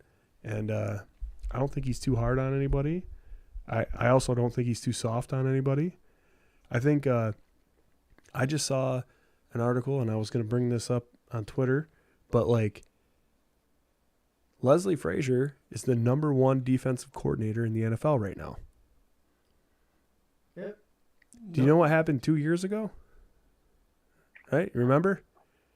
Sean McDermott took the playbook away from him and called the plays for the second half. Right. He called himself. Yep. So 2 years ago. Does that mean we have the #1 and #2 defensive coordinators in the league?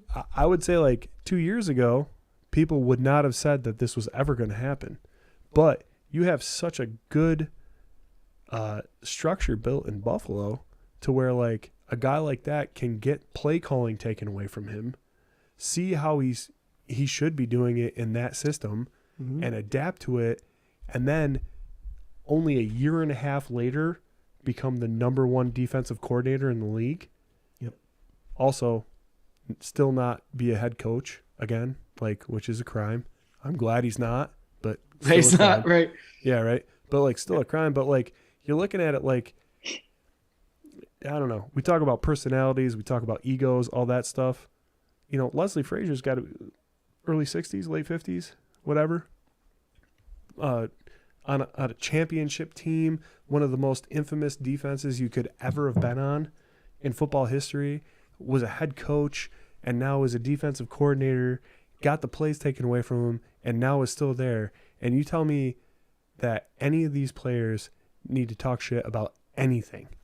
You know what I mean? That is a dude that was eating shit a year and a half ago, and now he's on the top of his game in his position. Right? Swank, I think Leslie is a defensive coordinator for the Bills for a while now. He started off with Cincinnati, Minnesota, became a head coach.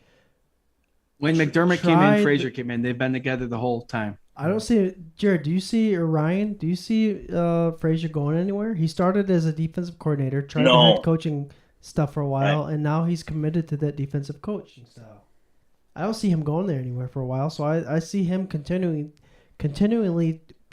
succeeding as a Buffalo Bills defensive coordinator for a long time. I don't see him going anywhere. I'm all about that.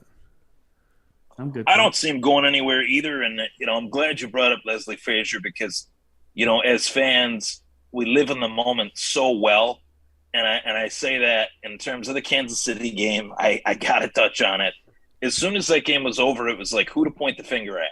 And I don't blame people for doing that. I did it, every single week with Brian Dable, as did all of us. Yeah, as did all of us. So, I'm not trying to be a hypocrite here by any means, but I look at that game and I say to myself, it's so unfortunate what happened in those 13 seconds, of course, but I'm not going to point the finger at Sean McDermott. I'm not going to point the finger at Leslie Frazier because without those guys, we would not be there. No, right. And it goes back to this whole show, these coaches that we had for almost 20 years that were so out of touch or so nowhere near prepared to be a head coach in the NFL. We're even given the job that were out of the NFL. I mean, Chan Gailey was retired in the NFL. He wasn't even coaching in the NFL prior to coming to Buffalo. His last head coaching job was in Dallas 5, 6, 7 years prior.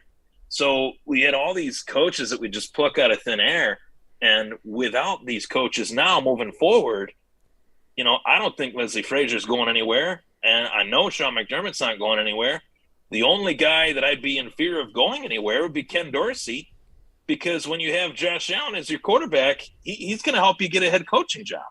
2 to 3 years. 2 to 3 years for him. How amazing, like seriously, time travel backwards and say, the only thing I'm worried about in the Bills coaching staff is that the first year offensive coordinator is going somewhere. Right. Dude, I would have took that. For 17 years. Mm-hmm. You keep telling me that, oh my God, yeah, we're that good. It's crazy. And the thing that I think it just doesn't matter because they breed success on every level. It's not just players, it's coaching, it's everywhere. Every part of the staff that they have. And Ken Dorsey obviously recognized that he had a faster track to being a head coach in Buffalo. That has to be what it was. We talked about it months ago, right? Yep. I mean, it had to be that because, why would you follow Dable to the Giants for the same job when you could follow a Super Bowl contender, the favorite for the Super Bowl contender in Vegas to, why would you leave that? And why, put 2 years in, 2 years. 2 years he'll be a head coach. Absolutely. And the guy behind him, he'll be the coordinator and he'll be a head coach 2 years Chad Hall's going to come up and do it. Oh, absolutely. There you go. And the wide receivers love it. Right. Absolutely love it. And I just think they have built this great foundation that's already paid dividends. Buffalo is not a destination that people fear anymore. draft player, like people in the draft want to come here. People in free agency are calling to come here. People that were here want to be back. Like, it's not like this feared destination anymore. It's like one of those things where, like, you want a chance to win a ring, like, this is where you go. You know, like, Yep. You want a spot, do it, earn it. You know, I don't know. It's just, it seems like honest football in Buffalo, Scott. You feel me? What are you checking? You checking your Tinder? Checking my Tinder. I need to make sure that whoever's commenting on here is not part of the Tinder. No, but I agree. The Bills, they draft, they develop and re-sign, and they do the same exact thing for the coaches. That's why everybody's coming up. And Jarrod said Chad Hall, you know, he's working with the wide receivers. I can't see any reason why if you know, Dorsey is gone in 2 years, if Chad Hall can't take over for that.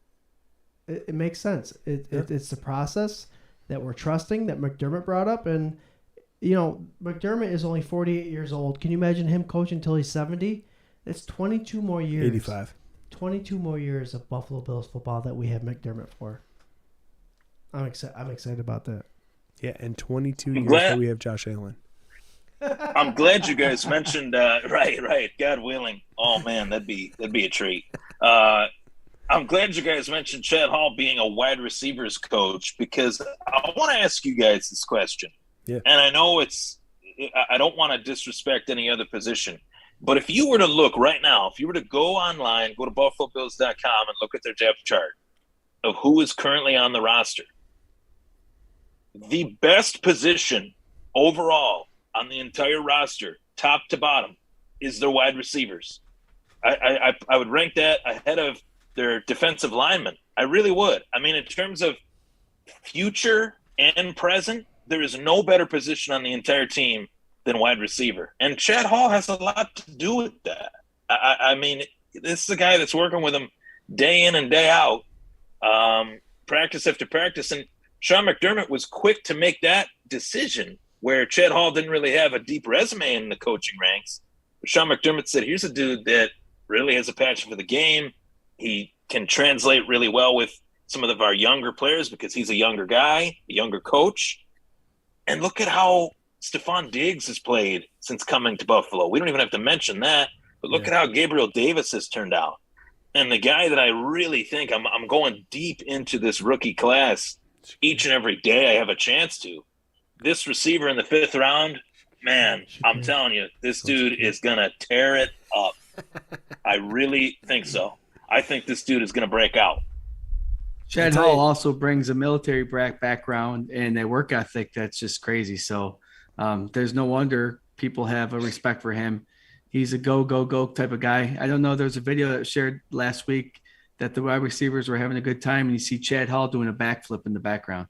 So he knows how to have fun, but he has that military background and work ethic like no other. And that's a good thing to have. And that's why I could see him just growing and growing and growing. It's going to be a wonderful thing to watch. Name, I'm over the track. Yeah, I said it. I got one. Had to get one. But Ryan, to your point, Shakir Khalil, I honestly think he will be someone to be reckoned with in the next 2 or 3 years. And PFF had him ranked. I don't trust PFF much because I think they're clickbait, but you know they had a lot of high rankings for this guy, and he does boundary, he does slot, he does a lot of good things, a lot of big things NFL style well. So you learn under Diggs and Davis and a Crowder, and he will be something to watch in the next couple years for sure. Yeah, I mean, even with as great as the Bills have been, you know, it's just crazy to see these mid-round additions to the team that are going to pay dividends, as you said, especially within the next 2 to 3 years. Yep. Hell yeah. All right, guys. We have overstayed our welcome. Overtime! By a whole lot. Jesus. Hey, it happens. I'll tell you what, man. It's been great. Ryan, I'm so glad that you were able to come on and hang out and extended into overtime, dude. It's so good. And That's the RT effect, baby. That's what happens. I come on the show. You guys got to do damage control. Get the flowers tomorrow. Say, honey, I'm sorry. Ryan Thomas was on the show. yeah, Talks a He lot. knows. Are you seeing like, the God, text yeah. coming in? You must be seeing the text coming in. You nailed You it. should have seen the I text know. going out. not me, dude. My old lady's like, I'm going to bed. Have fun. See you later. Seriously though, we're gonna go around here. We're gonna say our good nights and do all that stuff. Thanks for hanging out with us. You guys have been like up into double digits all night, like Yep. high double digits. Yep. So thank you for hanging. Ryan, start with you, man. Tell us where we can find you. Tell us how you're gonna be at the Rager, and tell us your Yes. closing thoughts. Guys, I really appreciate hopping on the show. You guys can find me on Twitter at Ryan Thomas Take. Every Wednesday, I have a podcast guest where my podcast is on YouTube, the Thomas Take Sports Podcast. It's on every audio podcasting platform as well. I like to hop on Twitter. I had Scott join me on a Twitter space. I like to do that on Thursdays. That's just something different that, you know, kind of changes the original routine, kind of shakes things up a little bit, allows the fans, the greatest fans on the planet to join me and kind of give their take on the Bills as they see them heading into what I believe is the year they finally win a Super Bowl championship. So I appreciate you guys having me on the show. I always enjoy spending time with you guys. I can't wait for the Rager. It's going to be a great time, as was the last one, being a part of that, getting to mingle with some fans and getting to meet your families and such. Greatly appreciate you guys and all you guys do to create great content for the Bills Mafia. Dude, you're the man. Listen, you're staying over that night, right? Because we're gonna have a good time. Yes. You are staying. It's gonna be a Rager. Rager is the key word. Like, I live like 15 minutes away from there, but we can get you here. You can crash here. We'll do a 1 a.m. Ryan and Swank Sunday session. Get the crusties out of your eyes. Oh man! Thanks so much for coming. As long as the beer is flowing, I'm good. We're ready to go. Let's go. We got you, dude.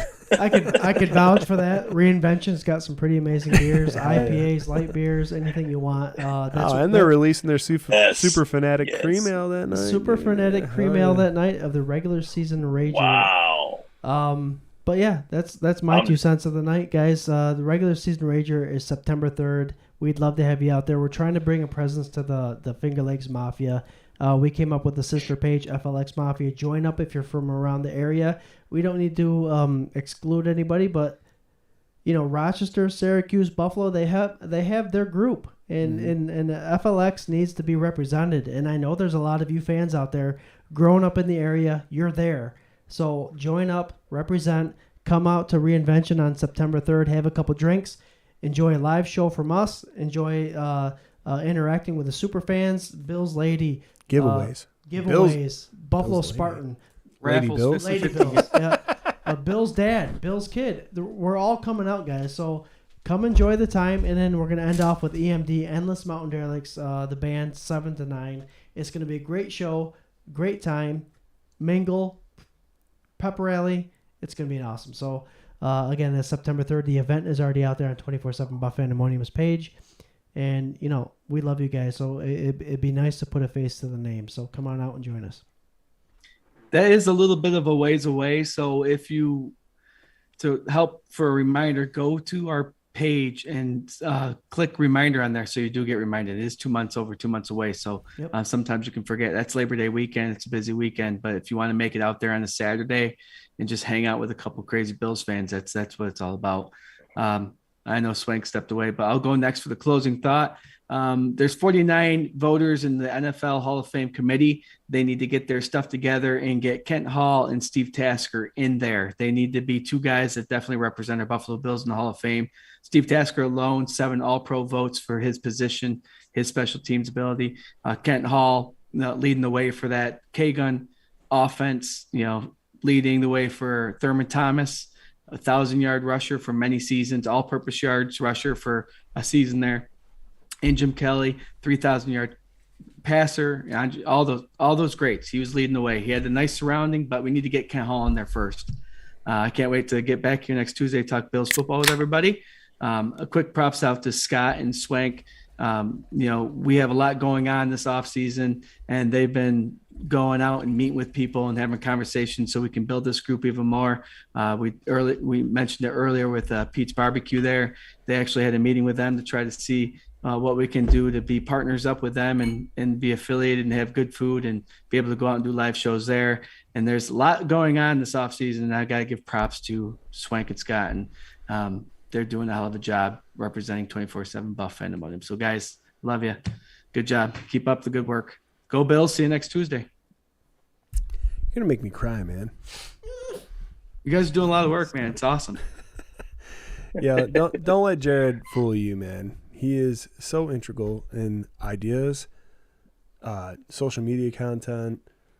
We have this constant group going all the time, and there's nothing less than any of us. Like it is a joy to hang out and work with you guys. It is a super joy to have my boy Ryan Thomas here, man. I've missed you. Yeah, I missed you too, man. This was awesome. I'm fired up, man. Hell yeah, fired man. up. I can't wait. Dude, I think everybody I've talked to is just like, can the season start tomorrow? Like, can we do this shit tomorrow? Can we get going? And it's like, we want to, man. And I'll tell you guys, man, like everybody in the Fandomonium that's been hanging out, the K-Gun Report, like, ooh, the core, man. I can't believe that there's so many people that just chill and it's the dead part of the season. Like, we're trying to make it interesting. We're trying to make it fun. We love to talk Bills football. We try to have, like, cool guys come on, like, you know what I'm saying? And everything else. But, like, it's super gratifying, and it's nice to see that, like, everybody else wants to talk about the Bills too. Like, that's all we want to do is talk about the Bills. So, thanks for hanging out. You can catch us every Tuesday night, 8 p.m. Twitch, Twitter, Facebook Live, YouTube Live. You can catch the audio, Audacity, Apple Podcasts, Spotify, anywhere you catch podcasts, man. You can catch my boy Ryan Thomas Take Sports Podcast, anywhere you want to get it. Thank you guys so much, man. Like, it really is, like, it means so much, and we can't wait for the season to start, and we're going to keep trying to have some fun shit to talk about. That's what it is. You want some fun shit? September 3rd, Reinvention Brewery, 3 o'clock to 9 Come to p.m. Rager, man. Live show, giveaway, not giveaways, but raffles, and a live music band. Partial giveaways. Partial giveaways. Right? So, like, your entry fee, it's $5 to get in. NBD, man. $5, your ticket goes into this bucket. And this bucket, we are giving away Stefan Diggs signed jersey, COA. A new beer. But wait, there's more. Why'd you do that? No, you got to go top to bottom. Stefan Diggs, COA, signed jersey. You could win that just by showing up. Marv Levy, Hall of Fame inscripted, COA, jersey. You can win that showing up. Tremaine Edmonds. Marv. Jersey. Come sign jersey. Come hang up. We'll stop there. Oh, there's a bunch of cool shit beyond that, dude. But it's so I might be making some custom helmets. There's some custom helmets that are going to be signed. They're going to be signed by one of the dudes. I'm not going to say who it is. I'm not going to say the ex-player that did it. But just for your reference, this Rager, half the proceeds are going to our boy Mark Maddox's Help One Foundation via Shout for a Cause. So you can come here. You can win a bunch of cool autograph gear. You can meet me, Scott, Jarrod, Ryan Thomas. He's going to be on the panel hanging out. You can meet a bunch of super fans. We got Buffalo Spartan. We're going to make him chug a ton of beers because he's retired now from the Army. He's a wild man. He's always talking shit. We're going to get him. I mean, it's going to be a good time. So if you can, please come. And thank you so much for hanging out tonight. And who wants to start this Go Bills roundtable? Go Bills! Go Bills! Go Bills!